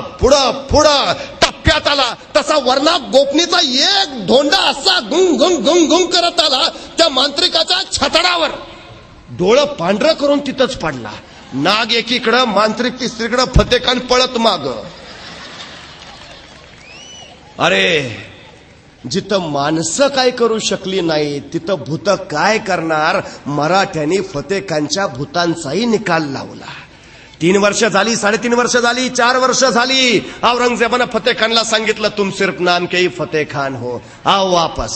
आप कौन जाएगा? आणि उभा राहिला कासम का, हम जाएंगे. पुन्हा झुंज चालू, पुन्हा लढाई चालू. 4 वर्ष, 5 वर्ष, 6 वर्ष झाली. रामसेज अजिंक्यच राहिला. अरे माझे शिवराय म्हणायचे, माझा एक किल्ला माझ्या मावळ्यांनी 1 वर्ष लढवला तर माझे सगळे किल्ले घ्यायला औरंगजेबाला 350 वर्ष लागतील. संभाजीराजांनी रामसेज नावाचा एकच किल्ला 6 वर्ष लढवला. 6 गुणिले 350. औरंगजेबाला सगळे किल्ले घ्यायला किती वर्ष लागतील? अरे टाप नाही टाप. वैतागला, संतापला औरंगजेब आणि त्यांनी त्याच रागात डोक्यावरची पगडी काढली, खाली आपटली. जोपर्यंत त्या संभाजीला पराभूत करत नाही वा गिरफ्तार करत नाही तोपर्यंत डोईवर बादशाही पदाची पगडी घालणार नाही. इथंच महाराष्ट्रात मेला औरंगजेब, पण मरते वेळी सुद्धा त्याच्या डोईवर बादशाही पदाची पगडी नव्हती. मरेपर्यंत संभाजीराजाने त्याला ते भाग्य मिळूच दिलं नाही. औरंगजेबाला मराठ्यांना पराभूत करताच आलं नाही. सल करत होता पण काही उपयोग नव्हता. अरे औरंगजेब बोलत खूप होता पण सांगत काहीच नव्हता. औरंगजेब चालत खूप होता पण पोचत कुठंच नव्हता. औरंगजेब लढाया खूप खेळत होता पण जिंकत कुठंच नव्हता. ही सगळी ताकद या 26 वर्षाच्या संभाजीची. अफाट ताकदीनं औरंगजेबाला रोखलं. पुऱ्या दख्खन मधला एक खण नाही घेऊ दिला. आणि मग मात्र औरंगजेबानं जाळं टाकलं. जंजिराच्या सिद्धीला त्यांनी उकसावलं. मराठ्यांवर चाल करा.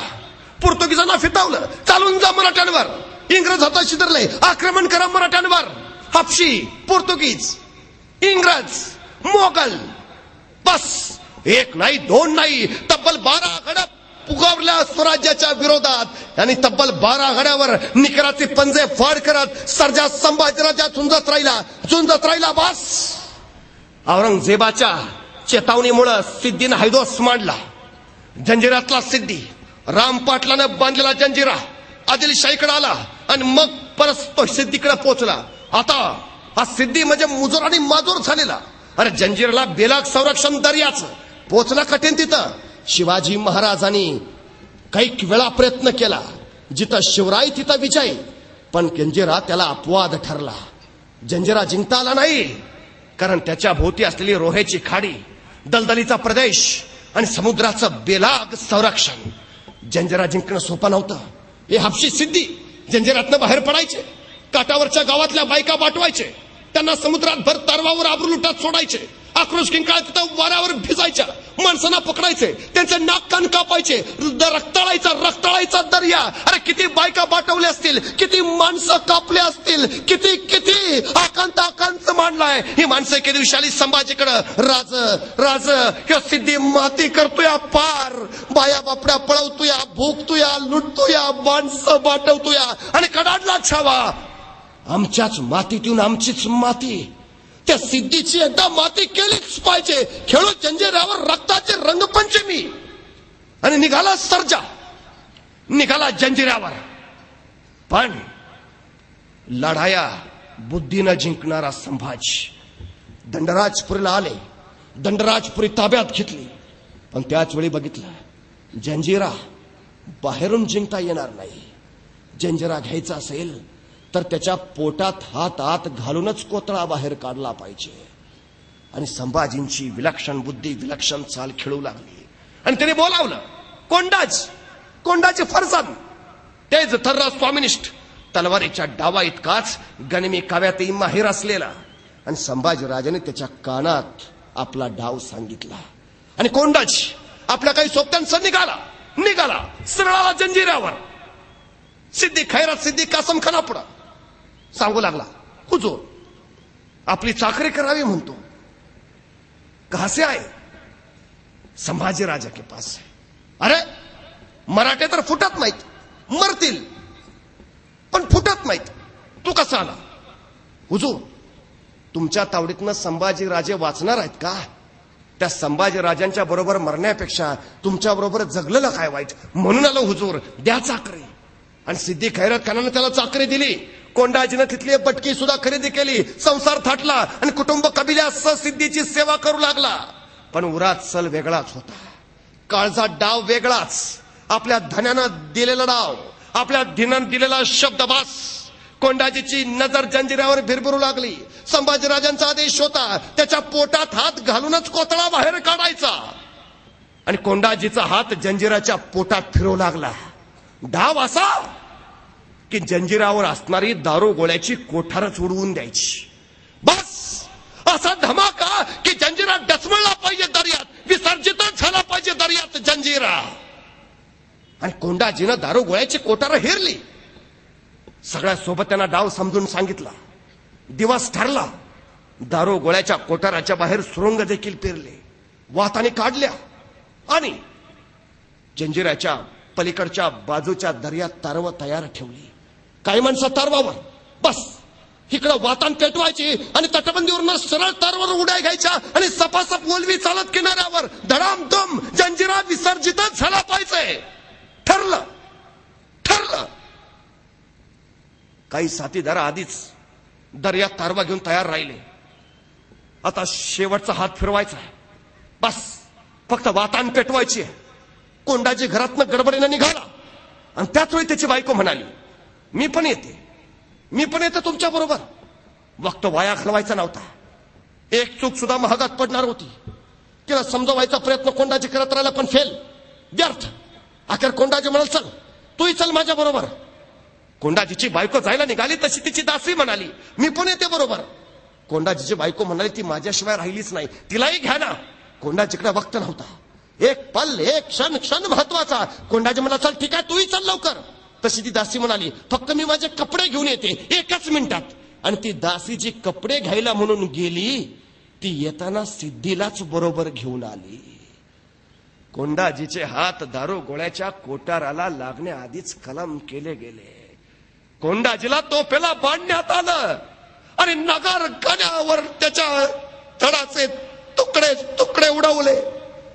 संभाजीचं मस्तक नगार कण्याला टांगलं. अरे त्या कोंडाजीच्या स्वामिनिष्ठ रक्ताचा अभिषेक दर्याला झाला आणि दर्या रक्ताळला. चिंदड्या चिंदड्या उडवल्या, जे साथीदार सापडले त्यांची मस्तक मारली, मराठे कापले गेले. अरे ज्या धडाक्याची वाट संभाजीराजे बघत होते त्याच्याऐवजी कोंडाजीच्या शरीराच्या चिंदड्या चिंदड्या करणाऱ्या धडाक्याचा आवाज त्यांच्या कानावर पडला आणि चौदाळला छाला आणि सज्ज झाला मराठ्यांच्या तोफा, द्यापती तोफानं. आणि बघता बघता मराठ्यांच्या तोफातनं गोळे सुटू लागले. धडाधाड धाड दुडुम दम दम बस. जंजिरा पाण्यात डचमळू लागला आणि नगारखाना पडला. सिद्धीचे सगळे महाल लाडवे झाले. मराठ्यांचा एक तोफेचा गोळा बलाढ्य. जंजिरा जंजिरा फार उद्ध्वस्त उद्ध्वस्त होत गेला. सिद्धी खैरत खान, सिद्धी कासम खान जो मुठीत घेऊन पळायला लागले. या संभाजी पुढं, या रौद्रा पुढं टिकणं मुश्किल. तो सिद्धी खैरत खान एका टेकडी मागे लपून बसला आणि अचानक गोळा आला. नजदीक बस. काळजाचं पाणी पाणी झालं. कळून चुकलं. हा संभाजी आता सोडत नाही. पण जंजिरा ताब्यात आता यायलाच निघाला. पण ऐन वेळी दर्या सिद्धीच्या मदतीला आला. समुद्राला भरती आली. मराठ्यांना मागं सरावं लागलं. पण थांबतील ते संभाजीराजे कसले? अरे मराठ्यांचा जन्म विजांच्या कडकडाटात आणि तोफांच्या गडगडाटातच झालाय. आगीशी खेळणारी माणसं आम्ही पाण्याला भिवून पाळणार नाही. संभाजी आगीशी खेळणारा पाण्याला कुठला घाबरतो? त्याचवेळी विलक्षण युद्धी डोक्यात निघाली जी रामायणामध्ये प्रभू श्री रामांना सुचलेली. या दर्यालाच व्यसन घातली तर आणि अंमल चालू झाला. दर्यातच पूल बांधायचा. कापसाच्या गाठी, लाकडाचे उंडके, भले मोठे दगड समुद्रात टाकले जाऊ लागले आणि बघता बघता सेतू तयार व्हायला लागला. पण समुद्राच्या लाटा सेतू बांधू देईनात. लाकडाच्या उंडक्या किनाऱ्यावर टाकू लागल्या, कापसाच्या गाठी बाहेर फेकू लागल्या. पण थांबता येते संभाजीराजे कसले मोठ्या चिवटपणे काम चालू ठेवलं. कधी जंजिऱ्यावर गेला ना तर संभाजीराजांनी समुद्रात बांधलेला तो पूल अजूनही दिसतो अजूनही. दर्या बांधू देईना. पण संभाजी हटायला तयार नव्हते. सिद्धी खैरत खान, सिद्धी कासम खान बस पुरते उलते पळते झालेले. आता संभाजी सोडत नाहीत आणि जंजिरा आता जवळ जवळ हातात आलाच. मराठ्यांच्या तोफात राग ओकत होत्याच. लांडा कासम, कलाल बागडी त्या सिद्धीच्या तोफांनी कधीच माना टाकलेल्या मराठ्यांच्या तोफांची धग त्यांना सोसली नाही. आता जंजिरा हातात येणारच. पण त्याच वेळी औरंगजेबानं झहरी चाल केली. कल्याणला हसन अली खान पाठवला आणि वार्ता संभाजीला मिळाली. कल्याणावर हसन अली खान चालून आलाय आणि संभाजींच्या काळचा ठोका चुकला. कल्याण म्हणजे स्वराज्य. जंजिरा घ्यायच्या नादात स्वराज्य औरंगजेबाच्या घशात जायला नको. संभाजीराजांनी सरळ वेडा दादाजी पंत, विसाजी पंतांवर सोपवला आणि संभाजीराजे कल्याणकडे चालते झाले आणि बघता बघता कल्याणला पोहोचले. हसन खानाला तुडावला आणि कल्याणवर पुन्हा भगवा फडकला. पण जंजिरा त्यापासून हातात गेला तो गेलाच. या घटनेमुळे जंजिरा काही हातात आलाच नाही. पण सिद्धीवर अशी जरा बसवली संभाजीराजांनी की संभाजींचं नाव ऐकलं तर जंजिऱ्याच्या काठचं दर्याचं पाणी चळा कापायचं. इतकी अफाट जरा. अरे हे अरब लोक दर्यात यायचे, कोकणातल्या बायका पळवायचे, बाटवायचे. संभाजीराजांनी आदेश दिला फिलफार गिरफ्तार करा. आणि सर्केल कान्होजी आंग्रेंनी दोन जहाज गिरफ्तार केली. 200 अरब सापडले. संभाजीराजांच्या पुढे हाजीर केले गेले. संभाजीराजांनी बघितलं आणि सांगितलं आमच्या साताऱ्याच्या शेजारी एक वासोट्याचा किल्ला आहे. वासोट्याचा दिवसा ढवळ्या अजून सुद्धा तिथं कोणी जात नाही. इतकं प्रचंड जंगल. माणसाची बात सोडा, पाखरही तिथे फिरकत नाहीत. परवा चुकून 4-5 पोरं गेली होती. शेवटी हेलिकॉप्टरनं शोधून काढावी लागली. इतका भयान आहे अजून, इतका भयान. चिटपाखरू नसतं. एखादं नुसत्या शांततेनं मरेल तिथं. इतकी भयान शांतता. संभाजींनी सांगितलं या 200 अरबांना त्या वासोट्याच्या किल्ल्यावर नेऊन ठेवा. आणि आमचा संताजी होता त्याला सांगितलं एक करायचं, ह्यांना इतकं मारायचं हे फक्त मेले नाही पाहिजेत. आणि 2 महिने मराठी अरबांना मारत होते. 2 महिने इतके की फक्त मरूच देत नव्हते. एका आठवड्यानंच ते एकमेकांना ओळखेन असे झालते. तू आमच्यातलाच का? इतके सुजलेले, इतके 2 महिने मराठ्यांनी तुडवलं, सुजवलं. आणि मग 2 महिन्यांनी संभाजीराजांनी सांगितलं, आता त्यांना बाहेर काढा, त्यांच्या जहाजावर बसवा आणि द्या सोडून परत त्यांच्या देशाला. संताजी म्हटला, महाराज सोडायचं होतं तर धरलं कशाला? महाराज म्हटले, दे रे सोडून. त्या 200 अरबांना त्यांच्या जहाजात बसवलं, त्यांच्या देशाला पाठवून दिलं. आणि मग संभाजीराजे संताजीला म्हणाले, आता हे यांच्या देशात जातील, ह्यांच्या प्रांतात जातील, ह्यांच्या गावात पोचतील, ह्यांच्या घरापुढे येतील, दारापुढे उभा राहतील, दार ठोठावतील, ह्यांच्या बायका दार उघडतील, ह्यांना बघतील आणि म्हणतील, आमचं हे घरात नाहीत, नंतर या. ह्यांच्या बायकाही ह्यांना ओळखायच्या नाहीत. इतके सुजवलेत, इतका नक्षा बदलवलाय मराठ्यांनी. उद्या जर चुकून कोणी महाराष्ट्राकडे तिरक्या नजरेनं यायला निघाला तर पहिल्यांदा हा आडवा जाईल. कुठं निघाला? महाराष्ट्रात नको जाऊ अजिबात. माझी अवस्था बघितलेलीस ना, नको. महाराष्ट्रात तेवढा नको. उद्या तिरक्या नजरेनं कुणी येणार नाही महाराष्ट्रात. संभाजीराजांनी जरा बसवली तर अशी, अरे पोर्तुगीज थया नाचवले, गोव्यावर हल्ला केला, पार मांडवी नदीत तुडवून संभाजीराजे गोव्यात घुसणार. अरे तो विजराई व्हाईसराय पार वैतागला. गोवा ही राजधानी सोडून त्यानं दुसरीकडे राजधानी तयार करायचा डावही मांडला. पोर्तुगीजांचा उपर राज्य संभाजीराजांनी उद्ध्वस्त केला, इंग्रजांशी तह केला, इंग्रजांची मस्तीपुरती जिरवली. सरळ केजवी नावाच्या गव्हर्नरला सांगितलं, मुंबई विकत दे आणि चल चालू पाड. अरे जर त्यावेळी संभाजीराजांनी तहात मुंबई विकत घेतली असती ना, तर 150 वर्ष इंग्रजांचे पाय आमच्या छातडावर नाचलेच नसते. इंग्रजांचा धोका ओळखला होता ना, तो या सर्जा संभाजीने. औरंगजेब थया नाचवलाय, पोर्तुगीज वाकवलाय, इंग्रज झुकवलाय, सिद्धी पार आडवा केलाय. 1 नाही 2 नाही, तब्बल 12 घडावर निकराची पंजे फाड करत सेना धुरंधर सर्जा संभाजी अजिंक्यच राहिलाय. वैतागला औरंगजेब. अरे एकही चाल यशस्वीला, एकही गड केलं घेतो म्हटलं, हे मराठे गड केले सोडायला तयार नाहीत. अरे एक मावळा साधा नाही, संभाजीराजाने एक मावळा असा घडवलाय जणू काय एक बुलंद गडकोटच. या महाराष्ट्राच्या छातडावर फक्त 350 गडकोट नाहीत, या महाराष्ट्रात उगवलेला प्रत्येक जण एक गड आहे. संभाजीराजांच्या राज्यासाठी, स्वराज्यासाठी झुंजतोय अफाट ताकदीनं. अरे पाण्यावरचा पहिला तरंगता तोफखाना माझ्या संभाजीराजांनी चालू केला. गुलामांच्या विक्रीला जागेवर बंदी घातली. काही नव्यानं व्यापारी पेटा वसवल्यात. शेतकऱ्यांची कर्ज माफ केलीत. त्यांना शेतीसाठी सोयी सुधारणा करून दिल्यात. पाण्याचे प्रवाह प्रत्यक्ष वळवून पिकाच्या वाढीसाठी लक्ष दिलंय. पोटच्या पोरासारखं रयतेवर प्रेम केलंय. फक्त तलवारबाजीच नाही, रयत कल्याणाच्या बाबी सुद्धा हा राजा अखंडपणे करत राहिलाय, अखंडपणे. अरे 9 वर्ष संभाजीराजाने तब्बल 140 लढाया केल्या, पण एकाही लढाईत पराभूत न होणारा राजा म्हणून गिनीज बुकला सुद्धा फक्त संभाजीराजांचीच नोंद घ्यावी लागली.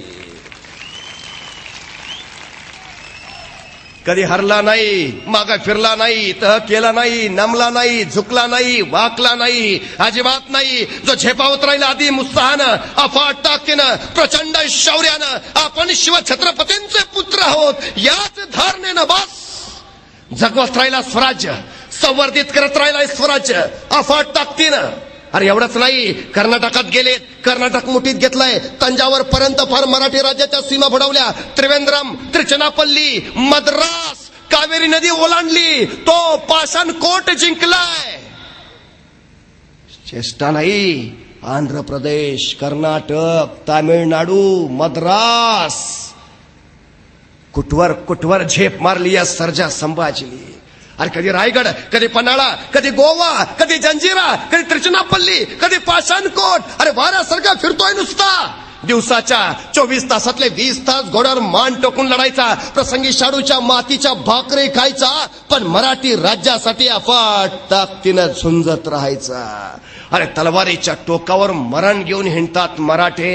औरंगजेबा तुला मारायला वक्त नाही लागणार, आई भवानीचं राज्य हे, नको हात घालूस. गरजत राहिला, बरसत राहिला संभाजी राजा. आणि अखेर औरंगजेबानं आपल्या दरबार यांना विचारलं, क्या किया जाए.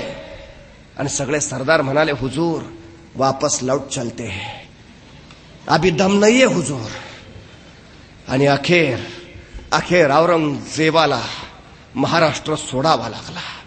संभाजीराजांच्यावर आक्रमण करायची वाट त्यांनी बदलली, माघार घेतली आणि गेद आदिलशाही अवघ्या 6 महिन्यात त्याने जिंकली. मग वळाला कुतुबशाहीकडं. गोवळकोंडा त्याने अवघ्या 1 महिन्यात जिंकलं. अरे आदिलशाही जिंकायला 6 महिने लागतात, गोवळकोंडा जिंकायला 1 महिना पुरतो. आणि संभाजीराजांचं स्वराज्य जिंकायला त्याला 9 वर्ष शक्य होत नाही. हे शौर्य कुणाचं, हा पराक्रम कुणाचा, हे धाडस कुणाचं, हे साहस कुणाचं? सर्जा संभाजींचं.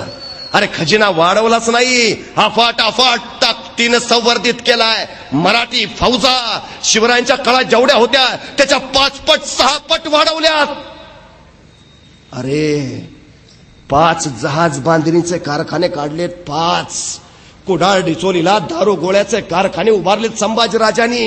5,500 गलबत दर्यात तरंगते आहेत, दर्यात. अरे सरकेल कान्होजी अंग्रा, सरकेल दौलत खान दर्या सरंग, बेपना हुकूमत गाजवतायत, बेपना.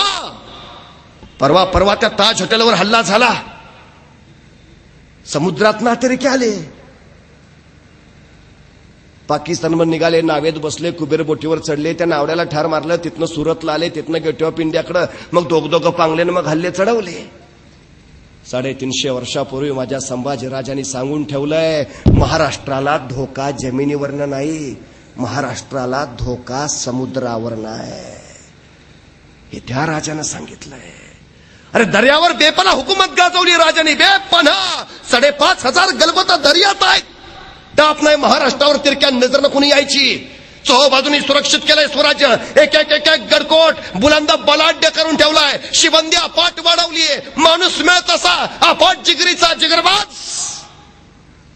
अरे युलस पोर सुद्धा संभाजीराजाच्या पराक्रमानं मोहित झालंय, स्वराज्यासाठी मरायला उभा राहिलंय. हा संभाजी. पण औरंगजेबानं आदिलशाही जिंकली, कुतुबशाही ताब्यात घेतली. मग औरंगजेबाला पुन्हा उत्साह आला. पूरे हिंदुस्तान के आलमगीर होना चाहते हम. हा दख्खन फक्त खुपतोय त्याला, दख्खन. हनुमान तर बदलून घ्यावंच लागलं होतं. त्याला वाटलं होतं शिवा संभाजी म्हणजे शिवाचा नादांत तनशील वारीस, बदलला हनुमान. शिवाजीपेक्षा 10 पटीनं तापदायक आहे संभाजी. अरे त्या शिवाजीने कधी बुर्हानपूर औरंगाबादला हात नव्हता लावला. कचरा औरंगजेब चालून येईल, पुन्हा संभाजी गादीवर आला आणि यांनी पहिल्यांदा बुरहानपुरात धुतलं, औरंगाबाद लुटलं. अरे सळो की पळो करून सोडलं यांनी. दरबार औरंगजेबाने विचारलं, मेरे सब घराने में, हमारे तैमूर के घराने में हुआ ऐसा कोई शख्स पैदा जो रन पर मरा हो? आणि सगळ्या सरदारांनी सांगितलं, ना हुजूर ना, याद रखो, या औरंगजेब या खुद मरेगा या उस संभा को मारेगा. ये पहला आलमगीर होगा जो रन पर मरेगा या उस संभा को मारेगा. आणि शेवटपणे निघाला औरंगजेब. पण त्याला माहिती आहे संभाजीला उघड्या मैदानात पराभूतच नाही करू शकत आपण. मग आकला डाव फितुरांना पुन्हा मदतीला घेतलं. पन्हाळ्यावर कैद केलेल्या मंत्र्यांना संभाजीराजाने पुन्हा पद देऊन सोडून दिलं. पण संभाजीराजांचा मोठेपणा त्यांना पेलता नाही आला. या मंत्र्यांनी पुन्हा संभाजीराजांवर 3 वेळा विषप्रयोग केले. 3 वेळा संभाजी वाचले. 3 वेळा त्यांनी मंत्र्यांना माफी दिली. पण मंत्र्यांचा कावा कारस्थानी चालूच राहिला. हे मंत्री अकबराकडे गेले, औरंगजेबाचा पुत्र. त्याला सांगायला लागले, तुम्ही जर संभाजीला ठार मारायला आमची मदत करत असाल तर अर्ध स्वराज्य आम्ही तुम्हाला देऊन टाकू. ह्यांच्या बापजाद्याची जागीर असल्यासारखी संभाजीच्या खुनाची सुपारी हे अकबराला द्यायला निघाले. तर अकबर प्रामाणिक निघाला. त्यांनी खलिता संभाजींना पोचवला, नावं मिळाली. आणि मग मात्र संभाजीने या सगळ्या मंत्र्यांना हत्तीच्या पायी दिलं, भिंतीत चिरून मारलं, रायगडाच्या टकमक टोकावरनं खाली लुटून दिलं. जे केलं ते योग्यच केलं. त्यांना मारलं नसतं तर संभाजींना मरावं लागलं असतं आणि स्वराज्याचा ग्रंथ कधीच आटोपला असता. न्यायासना पाठीमाग सिंहासन आणि सिंहासना पाठीमाग धर्मासन उभा राहिल्याशिवाय राजाची आणि राज्याची प्रगती होत नाही हे संभाजींना माहिती आहे. आणि संभाजीराजांचा कारभार तसाच आहे. पण हे फितूर पुन्हा औरंगजेबानं फितावले. आता उघड्या मैदानात नाही, आता काव्यानंच डाव मांडायचा. संभाजीराजे आहेत तेवढे रायगड म्हणजे गरुडाच्या बसकणीसारखा वाऱ्याला हिजीत आत शिरता येणार नाही आणि आत शिरलं वारं बाहेर पडणार नाही इतका बुलंद आणि बेदाग या रायगडावरनं संभाजींना पकडणं हरवणं मुश्किल. आणि मग औरंगजेबानं डाव आखला. संभाजीला रायगडाच्या बाहेर काढा. आणि फितूर मदतीला आली. गणोजी शिर्के संभाजीराजांचे मेहुणे, वतनाचा न दिल्याचा राग त्यांचे खटले कवी कलशाकडे होते.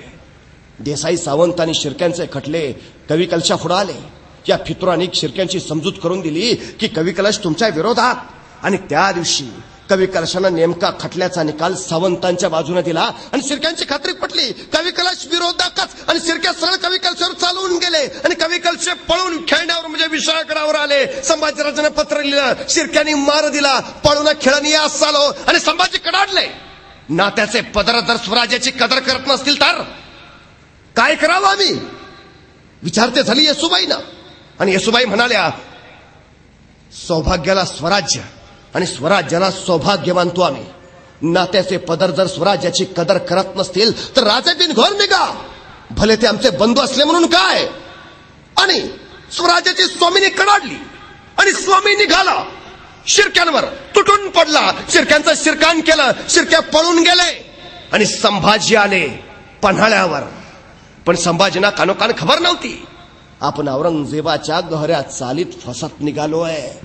औरंगजेबाची चाल यशस्वी झाली होती. संभाजींना रायगडा बाहेर काढण्यात यश आलं होतं. आता संभाजी आले होते पन्हाळ्यावर होते सरलष्कर सेनापती महालोजी घोरपडा, वयवर्ष 60. शरीर थकलं असेल पण मनगडातली रग आणि छातीतली धग विजली नव्हती. आलेल्या संभाजीराजाने विचारलं, संभाजीराजे मुकर्रब खानाची कोण हालचाल. आणि कडाडला मालोजी गौरन बोलीत, राज त्यो काय येतोय, आम्ही हाईन हवं रेट तू की त्याला. आणि संभाजी म्हणाले, मालोजी तुमच्या खांद्यावर तर सुरक्षित आहे स्वराज्य. पण त्याच वेळी हेर धावत आला. संभाजीराज सांगता चला, राज रायगडाला येतेगात करण्याचा गैर पडलाय आणि काळाचा ठोका चुकला. रायगड म्हणजे राजधानी, महाराणी तिथं आहेत, बाळराजे तिथं आहेत, स्वराज्य सिंहासन तिथं आहे. कुणी डाव्यानं डाव मांडला आणि संभाजीराजे निघाले. मालोजींना सांगितलं, लागली गरज तर हाक मारू, लग येऊन मिळा मास. आणि संभाजीराव घ्या 100 भालायतांसोबत निघाले रायगडाकडं. पण तत्पूर्वीच औरंगजेबाचा खलिता मुकर्रब खानाकडे आलाय. तो संभाजी रायरीचा जहागीरदार शिर्क्यांशी भांडण देणार म्हणून तिकडे आलाय. आता नामी संधी आहे. आणि ती बातमी घेऊनच मुकर्रब खानानं रायगडाला जाणाऱ्या सगळ्या वाटा आधीच जेरबंद करून ठेवल्या. संभाजीराजांनी वाटा शोधल्या पण वाटा सगळ्याच गिरफ्तार. जेरबंद मुकर्रबच्या तावडीत. एक वाट होती शिल्लक, गर्द बिकट वहिवाट असलेली, निबिड काटाकुट्यांची, किर्र झाडांची, भयांकडे कपऱ्यांची, दऱ्या खोऱ्यांची, बिकट.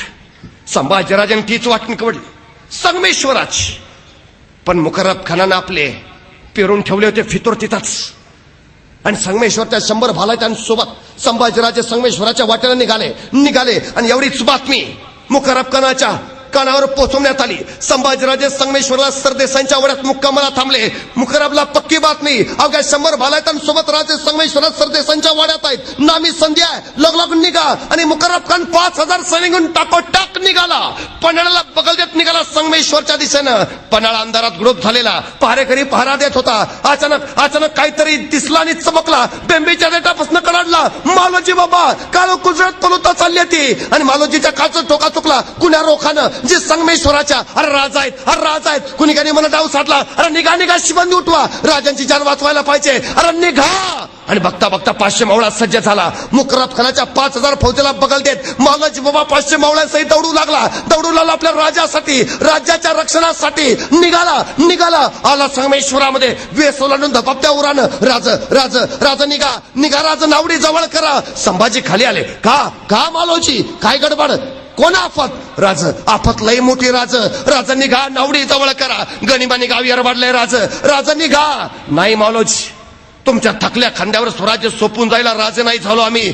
मरो इथंच, झुंजो इथंच, पण रण टाकून पळणार नाही. नाही राज, लाख मेलं तरी चालतील, पण लाखाचा पोशिंदा वाचला पाहिजे. राज निघा, नावडी जवळ करा राज.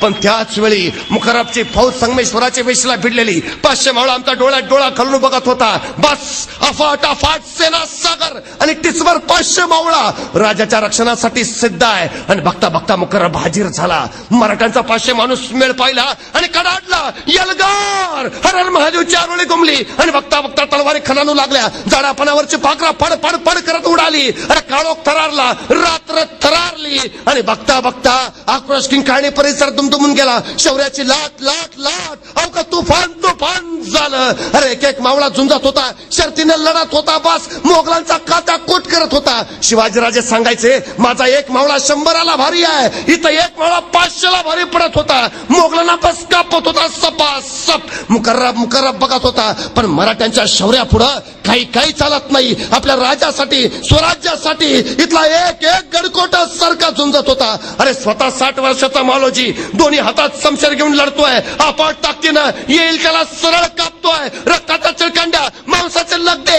अरे खच प्रेतांचा, आणि फिरतोय मालोजी. मुकर्रबनं ते शौर्य बघितलं आणि कडाडला, इस बूढ़े को पहले लगाम डालो, इस बूढ़े को पहले लगाम डालो. तसं सगळी एवढी सैन्य मालोजी भावाच्या भोवती गोळा झालं. अभिमन्यू चक्री हात अडकावा तसा महालोजी अडकला. दोन्ही हातात समशेरी. हे सगळे मोगलांचे एकाच वेळी वार झाले. दोन्ही तलवारीवर पेलले. मालोजी खाली बसला. 60 वर्षाचं रगदार शरीर अचानक उपाळलं. वीज लागली. रक्ताच्या चलखांड्यावर पहिली फळी गारद झाली. दुसरी फळी, तिसरी फळी. अरे तो जोश वेगळा, तो आवेश वेगळा. ते शौर्य बघितलं आणि मग मुखर्रबला कळालं वाघ कसा असतो. तेव्हा अफाट अफाट अफाट शौर्य. आणि त्याच वेळी मुकर्रब खानानं चाल खेळली. कमान मारला, बोलावलं. हा महालोजी असा आवरणार नाही. आणि तिसऱ्या बाजूकडनं लढत्या महालोजीवर नेम धरला. तीर सुटला, उजव्या दंडात घुसला. हातातली तलवार निकाळली. दुसरा तीर कंठात, दुसरी तलवार. निशस्त्र झाला महालोजी. आणि गुळाच्या ढेपेला मुंग्या डसाव्या असं एवढी सैन्य महालोजीला डसलं. अरे शरीरावर जागा शिल्लक राहिली नाही जिथं वार झाला नाही. रक्ताळा महालोजी मातीत पडला. अखेरचा श्वास फुलला. डोळे लवले, ओठ हलले. त्या श्वासानं माती उंच उडाली. आणि त्या उंच उडाल्या मातीला महालोजी सांगता झाला, सांगा माझ्या राजाला, हा महालोजी गेला, मातीत मेला. पण नुसता मातीत नाही मेला, मातीसाठी मेला. अरे मातीत मरणारे काही असतात, पण मातीसाठी मरणारे फक्त मराठे असतात हे सांगत गेला. आणि महालोजी नावाचा बुरुंज ढासळला. आणि यवनांचं सैन्य सैरावैरा सुटलं संभाजींच्या मागावर. पण संभाजीराजाने तत्पूर्वीच आपल्या माणसांना सांगितलं होतं, जमेल तसंच जमेल तिथून निष्ठायचं साऱ्यांनी. खंडोबल्लाळ, संताजी घोरपडा एका बाजूने सटले होते आणि संभाजीराजांनी कविकलाश दुसऱ्या बाजून नावडीच्या नदीच्या दिशेने दौडू लागले होते. कविकलाश अचानक घोड्यावरनं पडले. राजाचे मैगीर गया. संभाजी वापस आले. कविकलाशाला सोबत घेतलं. दौडू लागली घोडा नावडीच्या किनाऱ्याकडं. आणि बघता बघता संभाजींचा घोडा नावडीच्या काठावर आला. समोर काठावर माणसं दिसली, आपली वाटली. संभाजीने काठ बघितला, नौका. संभाजीची नजर फिरली. पाहतो तो काय, आतापर्यंत ऐकलं होतं नद्या समुद्राला येऊन मिळतात, पण इथं उलटा. मांडवी नदीला, त्या नावडी नदीला मुकर्रब खानाचा सेना सागर भेटायला आला होता. काठावर होता शिवपुत्र संभाजी. चोहो बाजूनी संभाजी राजा रेखला गेला. चोहो बाजूनी यवनांचं सैन्य फरलं.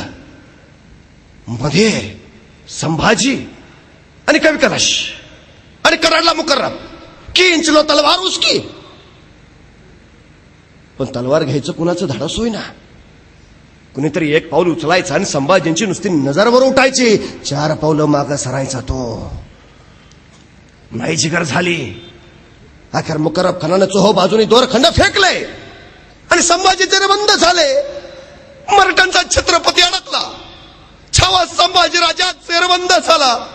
शिवपुत्र संभाजी मोगलांच्या कैदेत फसला. फितुरांची चाल यशस्वी झाली. मराठ्यांचा मुकुट मोगलांच्या पायात पडला, पण मस्तक ताटच होत, छाती तशीच, रगाई तशीच आणि बाणेदारपणाही तसाच.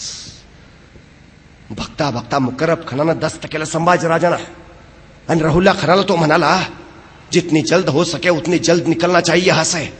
अगर पता चला इन मरहट्टों को तो यही कब्र बना डालेंगे अपनी. आणि आश्चर्य वाटेल, संगमेश्वर ते बहादूरगड हे 350 मैलाचं अंतर आहे. एसटीने जायचं झालं तरी 1.5 दिवस लागतो. मुकर्रब खानानं हे अंतर संभाजींना घेऊन चालत अवघ्या 4.5 दिवसात कापून पुरा केलंय. कुत्र माग लागल्यासारखा पळत होता. पण दुर्दैव मराठ्यांचं, किल्ल्याच्या तटा शेजारून संभाजींना नेलं जात होतं, पण तटावरच्या धारकऱ्याला माहिती नव्हतं आपला राजा कैद झालाय. अरे गावच्या वेशी वर्ण संभाजींना नेलं जात होतं, पण गावातल्या वारकऱ्याला आणि गावकऱ्याला माहिती नव्हतं आपला राजा कैद झालाय. कडेपर्यंत संभाजींना सुरक्षित ठिकाणी पोहोचवलं होतं आणि औरंगजेबाला खबर द्यायला हेर धावत आला होता. हुजूर हुजूर बडी खुशी की खबर है, संभा गिरफ्तार हुआ. आणि आल्या हेरला औरंगजेब विचारत होता, पी के तो नहीं आए, क्या बकते हो? हाँ हुजूर, संगमेश्वर में मुकर्रब खान ने दस्त कर लिया उन्हें. अल्लाह ताला की मेहरबानी, शब रात का जश्न होना चाहिए. आखिर आई गया दक्कन का चूहा सिकंज में, अब दिखाएंगे उसे, लाया जाए उसे शान शौकत से, पहना जाए तख्ता कुला. आतापर्यंत तिने आपल्या खांद्यावर मराठी तख्त पेरला असेल, आता त्याच्या खांद्यावर तख्ता कुला ठेवा. आतापर्यंत त्यांनी राजवस्त्र घातले असतील, आता त्याला विदूषकी झपली घाला. आतापर्यंत त्यांनी मराठेशाहीचा मुकुट मिरवला असेल, आता त्याला घुंगर असलेली विदूषकी टोपी बांधा. आतापर्यंत त्यांनी राज अलंकार घातले असतील, आता त्याला पोलादी काटेरी साखळदंडाने जखडवा. आतापर्यंत राजा म्हणून घोड्यावरनं, मेन्यातनं, पालखीतनं, हत्तीच्या अंबारीतनं गेला असेल, आता त्याला उंटाला बांधा. आतापर्यंत राजाला म्हणून नगारे वाजले असतील, आता ढोल ताशे बडवायला सुरुवात करा. कळू द्या महाराष्ट्राला, आलमगीर औरंगजेबने संभाजी गिरफ्तार केलाय. आणि बरहुकूम निघाली थिंड, विदूषकी झपली घातली, घोंगर असलेली टोपी अडकवली, काटेरी साखळदंडाने जखडवलं, उंटाला बांधलं आणि निघाली थिंड वाजत गाजत. अरे कुठल्या राजाच्या वाट्याला आली ही विटंबना, कुणी सोचलं? अरे मोगली छावणीत कल्लोळ कल्लोळ वाजला होता आनंदाचा. आतुरले होते सारे. अरे 9 वर्ष ज्याने औरंगजेबाच्या दिमागात सैतानी गोंधळ घातला, तो संभाजी आहे कसा? अरे कसा दिसतो, कसा आहे तो? कोण कोण कोण? अरे कोण कुणाच्या झाडावर, कोण कुणाच्या घरावर, कोण कुणाच्या डोक्यावर, कोण कुणाच्या खांद्यावर उभा राहून बघत होते. कसा आहे संभाजी? आणि निघाली थिंडा वाजत गाजत. अचानक कुठून तरी भिरभिरणारा दगड यायचा, धप छातीवर आदळायचा, रक्ताची चिळकांडी यातनेचा कल्लोळ उडायचा. कुणीतरी यायचं, उंटाची शेपटी पिरगाळायचं, उंटा थया थया नाचायचा, अंगावरचे काटेरी साखळदंड टोचायचे, बोचायचे, जागोजागी जखमा करायचे. कुणीतरी यायचं, अंगावर थुंकायचं, कुणीतरी यायचं, एखादं शिवी द्यायचं, कुणीतरी यायचं, तलवारीच्या टोकाने संभाजींच्या अंगावर रेषा उठवायचं, रेषेबरोबर रक्ताची धार लागायची. अरे मातीवर रक्त रक्त मुद्रा उमटवीत जायची. अरे कुणी सोचलं? अरे विंचवाच्या लवलव करणाऱ्या वेदना कुणाच्या वाट्याला आल्या का? अरे झुकला असता, वाकला असता, नमला असता तर आयुष्यमध्ये जगला असता. मग का नाही केलं? का सोसत राहिला सगळं? का सहन करत राहिला विटंबना? स्वराज्यास्मितेसाठी, स्वराज्यासाठी, मराठी दौलतीसाठी. अरे इतका इतका अनन्वी छळ, इतके रक्ताळले होते संभाजी, इतके शेंदूर फासल्या हनुमानासारखे दिसत होते. बस इतकी जागा ठेवली नव्हती रे शरीरावर वार वार करायची. पण एवढं सगळं सोसून सुद्धा छावा होता ताठ. झुकली नाही मान, वाकला नाही कणा, तसाच बाणेदारपणे आला औरंगजेबाच्या दरबारात. तख्तासीन झालेला आलमगीर औरंगजेब दरबारात आल्या आल्या वजीर असद खान कडाडला, संभा झुक जाओ आलमपना के सामने. आणि कडाडला कवी कैलाश, राजा है वो, झुकेंगे नहीं झुकाएंगे. खामोश. सर्दी से शमशीरेला गर्दनेवर चुप चुप. याद रख, कैद में है तू, आला ताला के दरबार में है, चुप. पण त्याच वेळी आवाज ऐकू आला, सबूर आसद, सबूर, अभी बहुत पूछना है इसे. आणि आज ते कदम शहनशाह हिंदोस्ता, आलमगीर गाझी, औरंगजेब तख्तावरनं खाली उतरला. संभाजींच्या पुढे आला. तो रक्ताळा संभाजी एकदा निहाळला आणि नजर स्थिरावली डोळ्यांवर. तीच नजर, तेच तेज.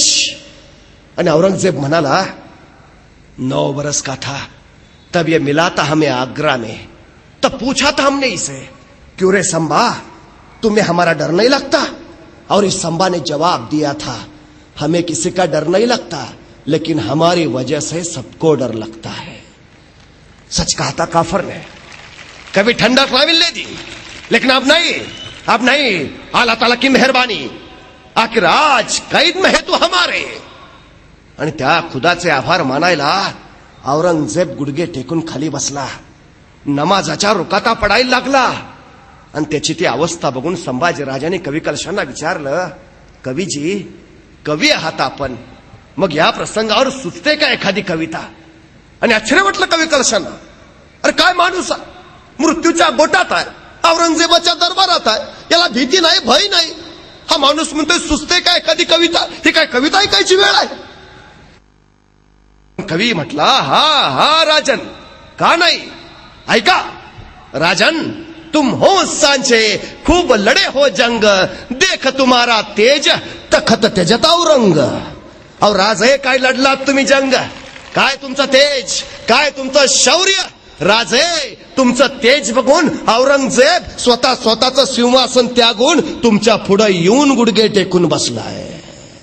बहुत खूब, खामोश. सर्दी औरंग ताड़ चुपला. चुप चुप. बता संभा, बताओ, कहा काय खजाना, कहा किए लूट, कहा काय खजाना.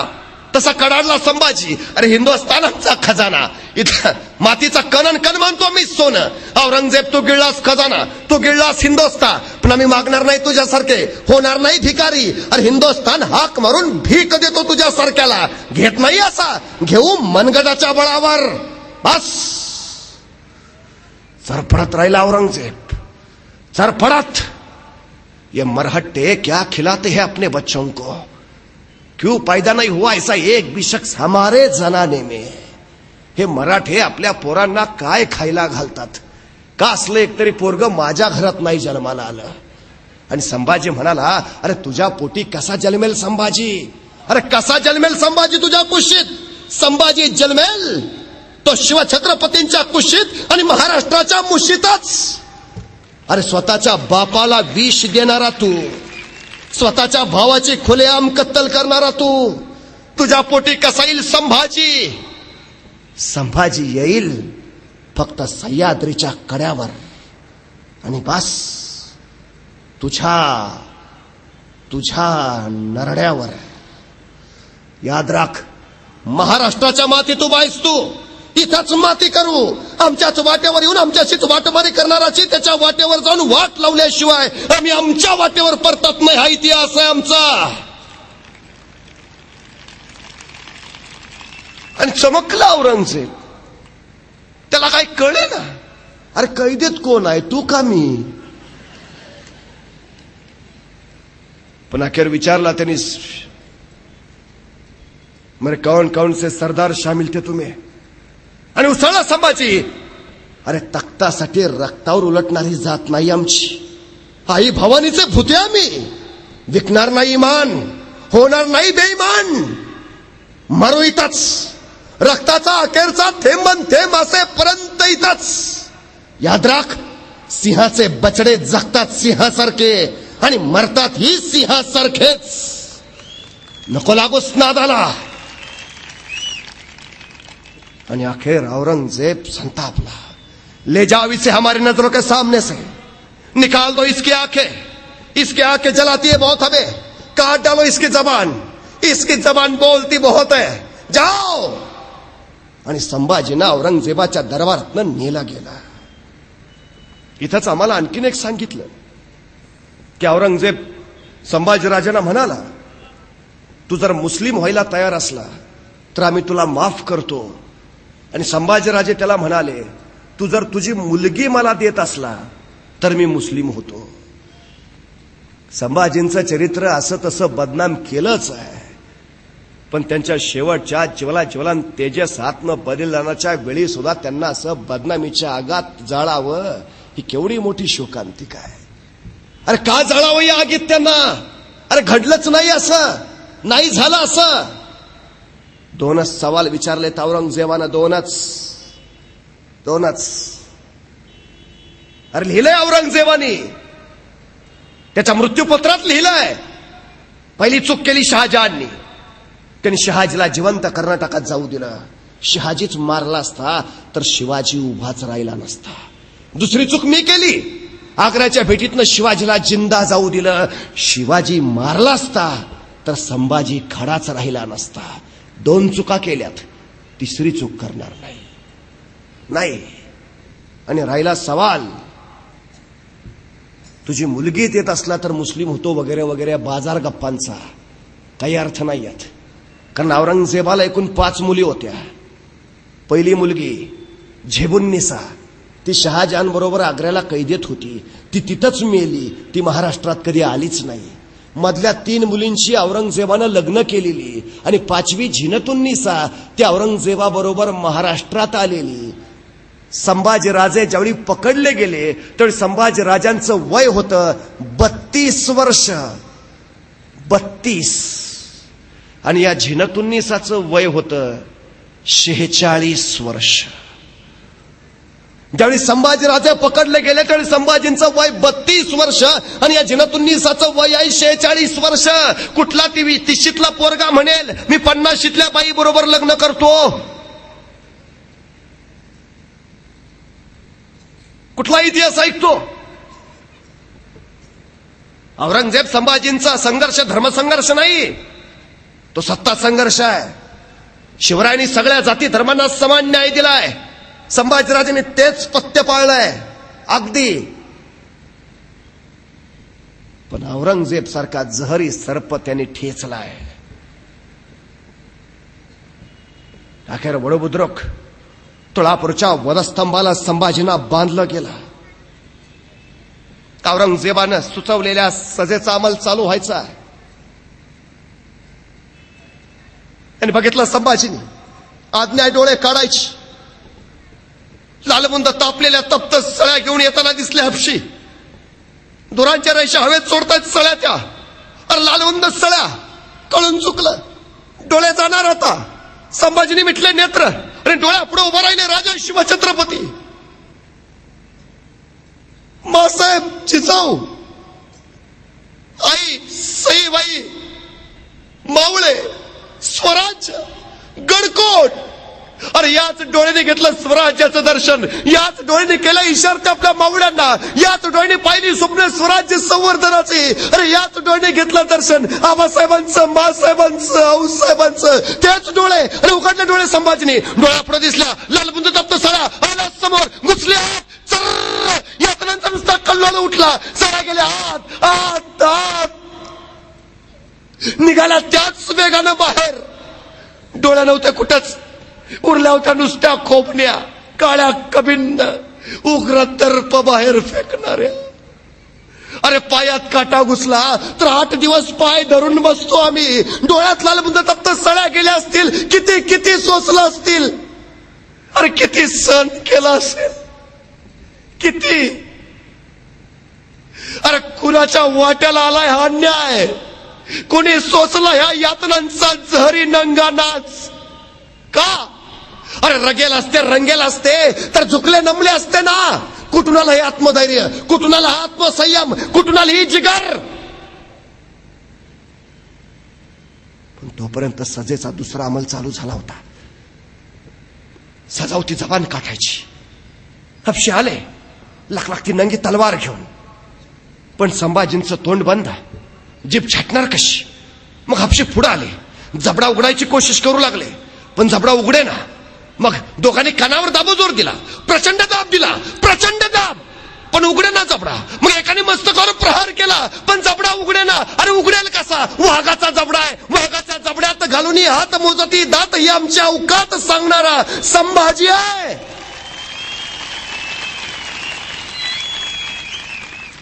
पण तोपर्यंत एकानं युक्ती केली. संभाजींचं नाक दाबून धरला. श्वासासाठी जीव गलबलला, तळमळला. श्वासासाठी ओठ हल्ली, जीभ लावली आणि त्या संधीचा घेतला फायदा. सांची घुसली आत, सांचीत पकडली जीभ, ओढली बाहेर, नंगीतून लग लागली. तोंडात नवघळलं नुसतं लालबुंद रक्त. जीभ पडली होती समोरच वळवळत. ती सुद्धा तयार नव्हती संभाजीराजापासून पोरकं व्हायला. अरे ज्या जिभेनं उमटवले जगदंब जगदंबचे बोल, ज्या जिभेनं दिली किलकारी हर हर महादेवची, ज्या जीभनं केला जागर जय भवानीचा, जी जीभ म्हणत राहिली आऊसाहेब मासाहेब बाबासाहेब, ती जीभ पडली होती समोरच वळवळत. एक नाही दोन नाही तब्बल 40 दिवस अनन्वित अत्याचार चालला होता. अरे बोकड सोलावं असं संभाजींचं कातडं सोलून काढलं, त्याच्यावर मिठाचं पाणी टाकलं, सर्र यातनांचा जाळ जाळ झाला नुसता. कुणीतरी यायचं गुडघ्याच्या वाट्या काढून न्यायचं, कुणीतरी यायचं हाताची बोट छाटायचं, कुणीतरी यायचं तलवारीच्या पात्यानं मांसाचे लगदे कापायचं, कुत्र्या गिधाडांना खाऊ घालायचं. अरे कुणी बघितलं असतं तर वाटलं नसतं मराठ्यांचा छत्रपती आहे. अरे भूतासारखी अवस्था झालेली, आणि एवढं सगळं ऊन सुद्धा माझा सर्जा सोसत राहिला, सहन करत राहिला. का? आपण शिवछत्रपतींचे पुत्र आहोत. या अस्मितेसाठी, स्वराज्यासाठी, राष्ट्रधर्मासाठी सहन करत राहिला. 40 दिवस. अखेर उगवली फाल्गुनी वद्य अमावस्या. 11 मार्च 1689. औरंगजेबाची अखेरची सजा. संभाजीचं मस्तक कलम करा. आणि संभाजींचं मस्तक छाटलं गेलं, भाल्याच्या फळाला अडकवलं, आणि गुढी पाडव्याच्या आदल्या दिवशी महाराष्ट्रात संभाजींच्या मस्तकाची गुढी उभारली. निघाली वाजत गाजत, आली इंद्रायणी भीमेच्या तीरावर. त्या इंद्रायणी भीमेच्या तीरावर त्या रेतीत रोवला तो भाल्याचा फाळ, आणि मस्तकातनं रक्ताचा एक थेंब पडला त्या पात्रात, आणि थरारली इंद्रायणी भीमा. आणि याच इंद्रायणी भीमेनं पाहिलं होतं ते शौर्य, ते धाडस, ते साहस, तो पराक्रम, ती ज्वलन तेजस निष्ठा, ते धैर्य, तो संयम, मानवी जीवनाच्या पलीकडल्या चिरंतन तत्वाशी जुळलेलं संभाजींचं ज्ञाननाथ. ती इंद्रायणी भीमा संभाजींच्या मस्तकाकडे तिरक्या माना करून आसवं ढाळू लागल्या. गेली 350 वर्ष झाली इंद्रायणी भीमा अजून रडतेच आहे. सांगतेय खरा सर्जा संभाजीराजा अजून कळलाच नाही. शिवाजी महाराजांनी सांगितलं कसं जगावं, आणि संभाजी महाराजांनी दाखवलं कसं मरावं. ती इंद्रायणी आजही सांगते.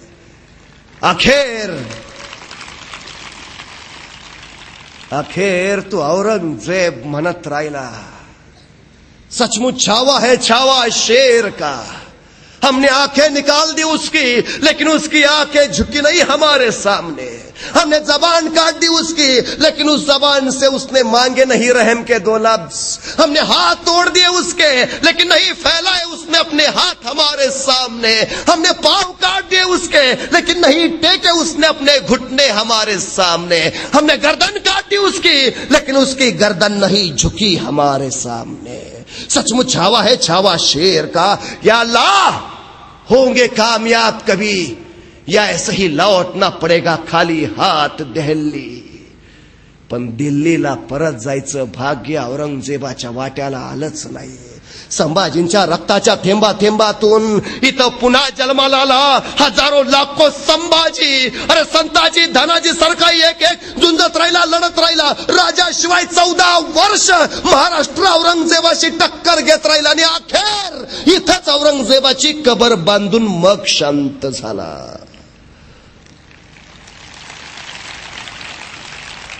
ही प्रेरणा होती संभाजींच्या बलिदानाची. ही प्रेरणा होती संभाजी राजांच्या राष्ट्रप्रेमाची, राष्ट्रभक्तीची. जय शंभू.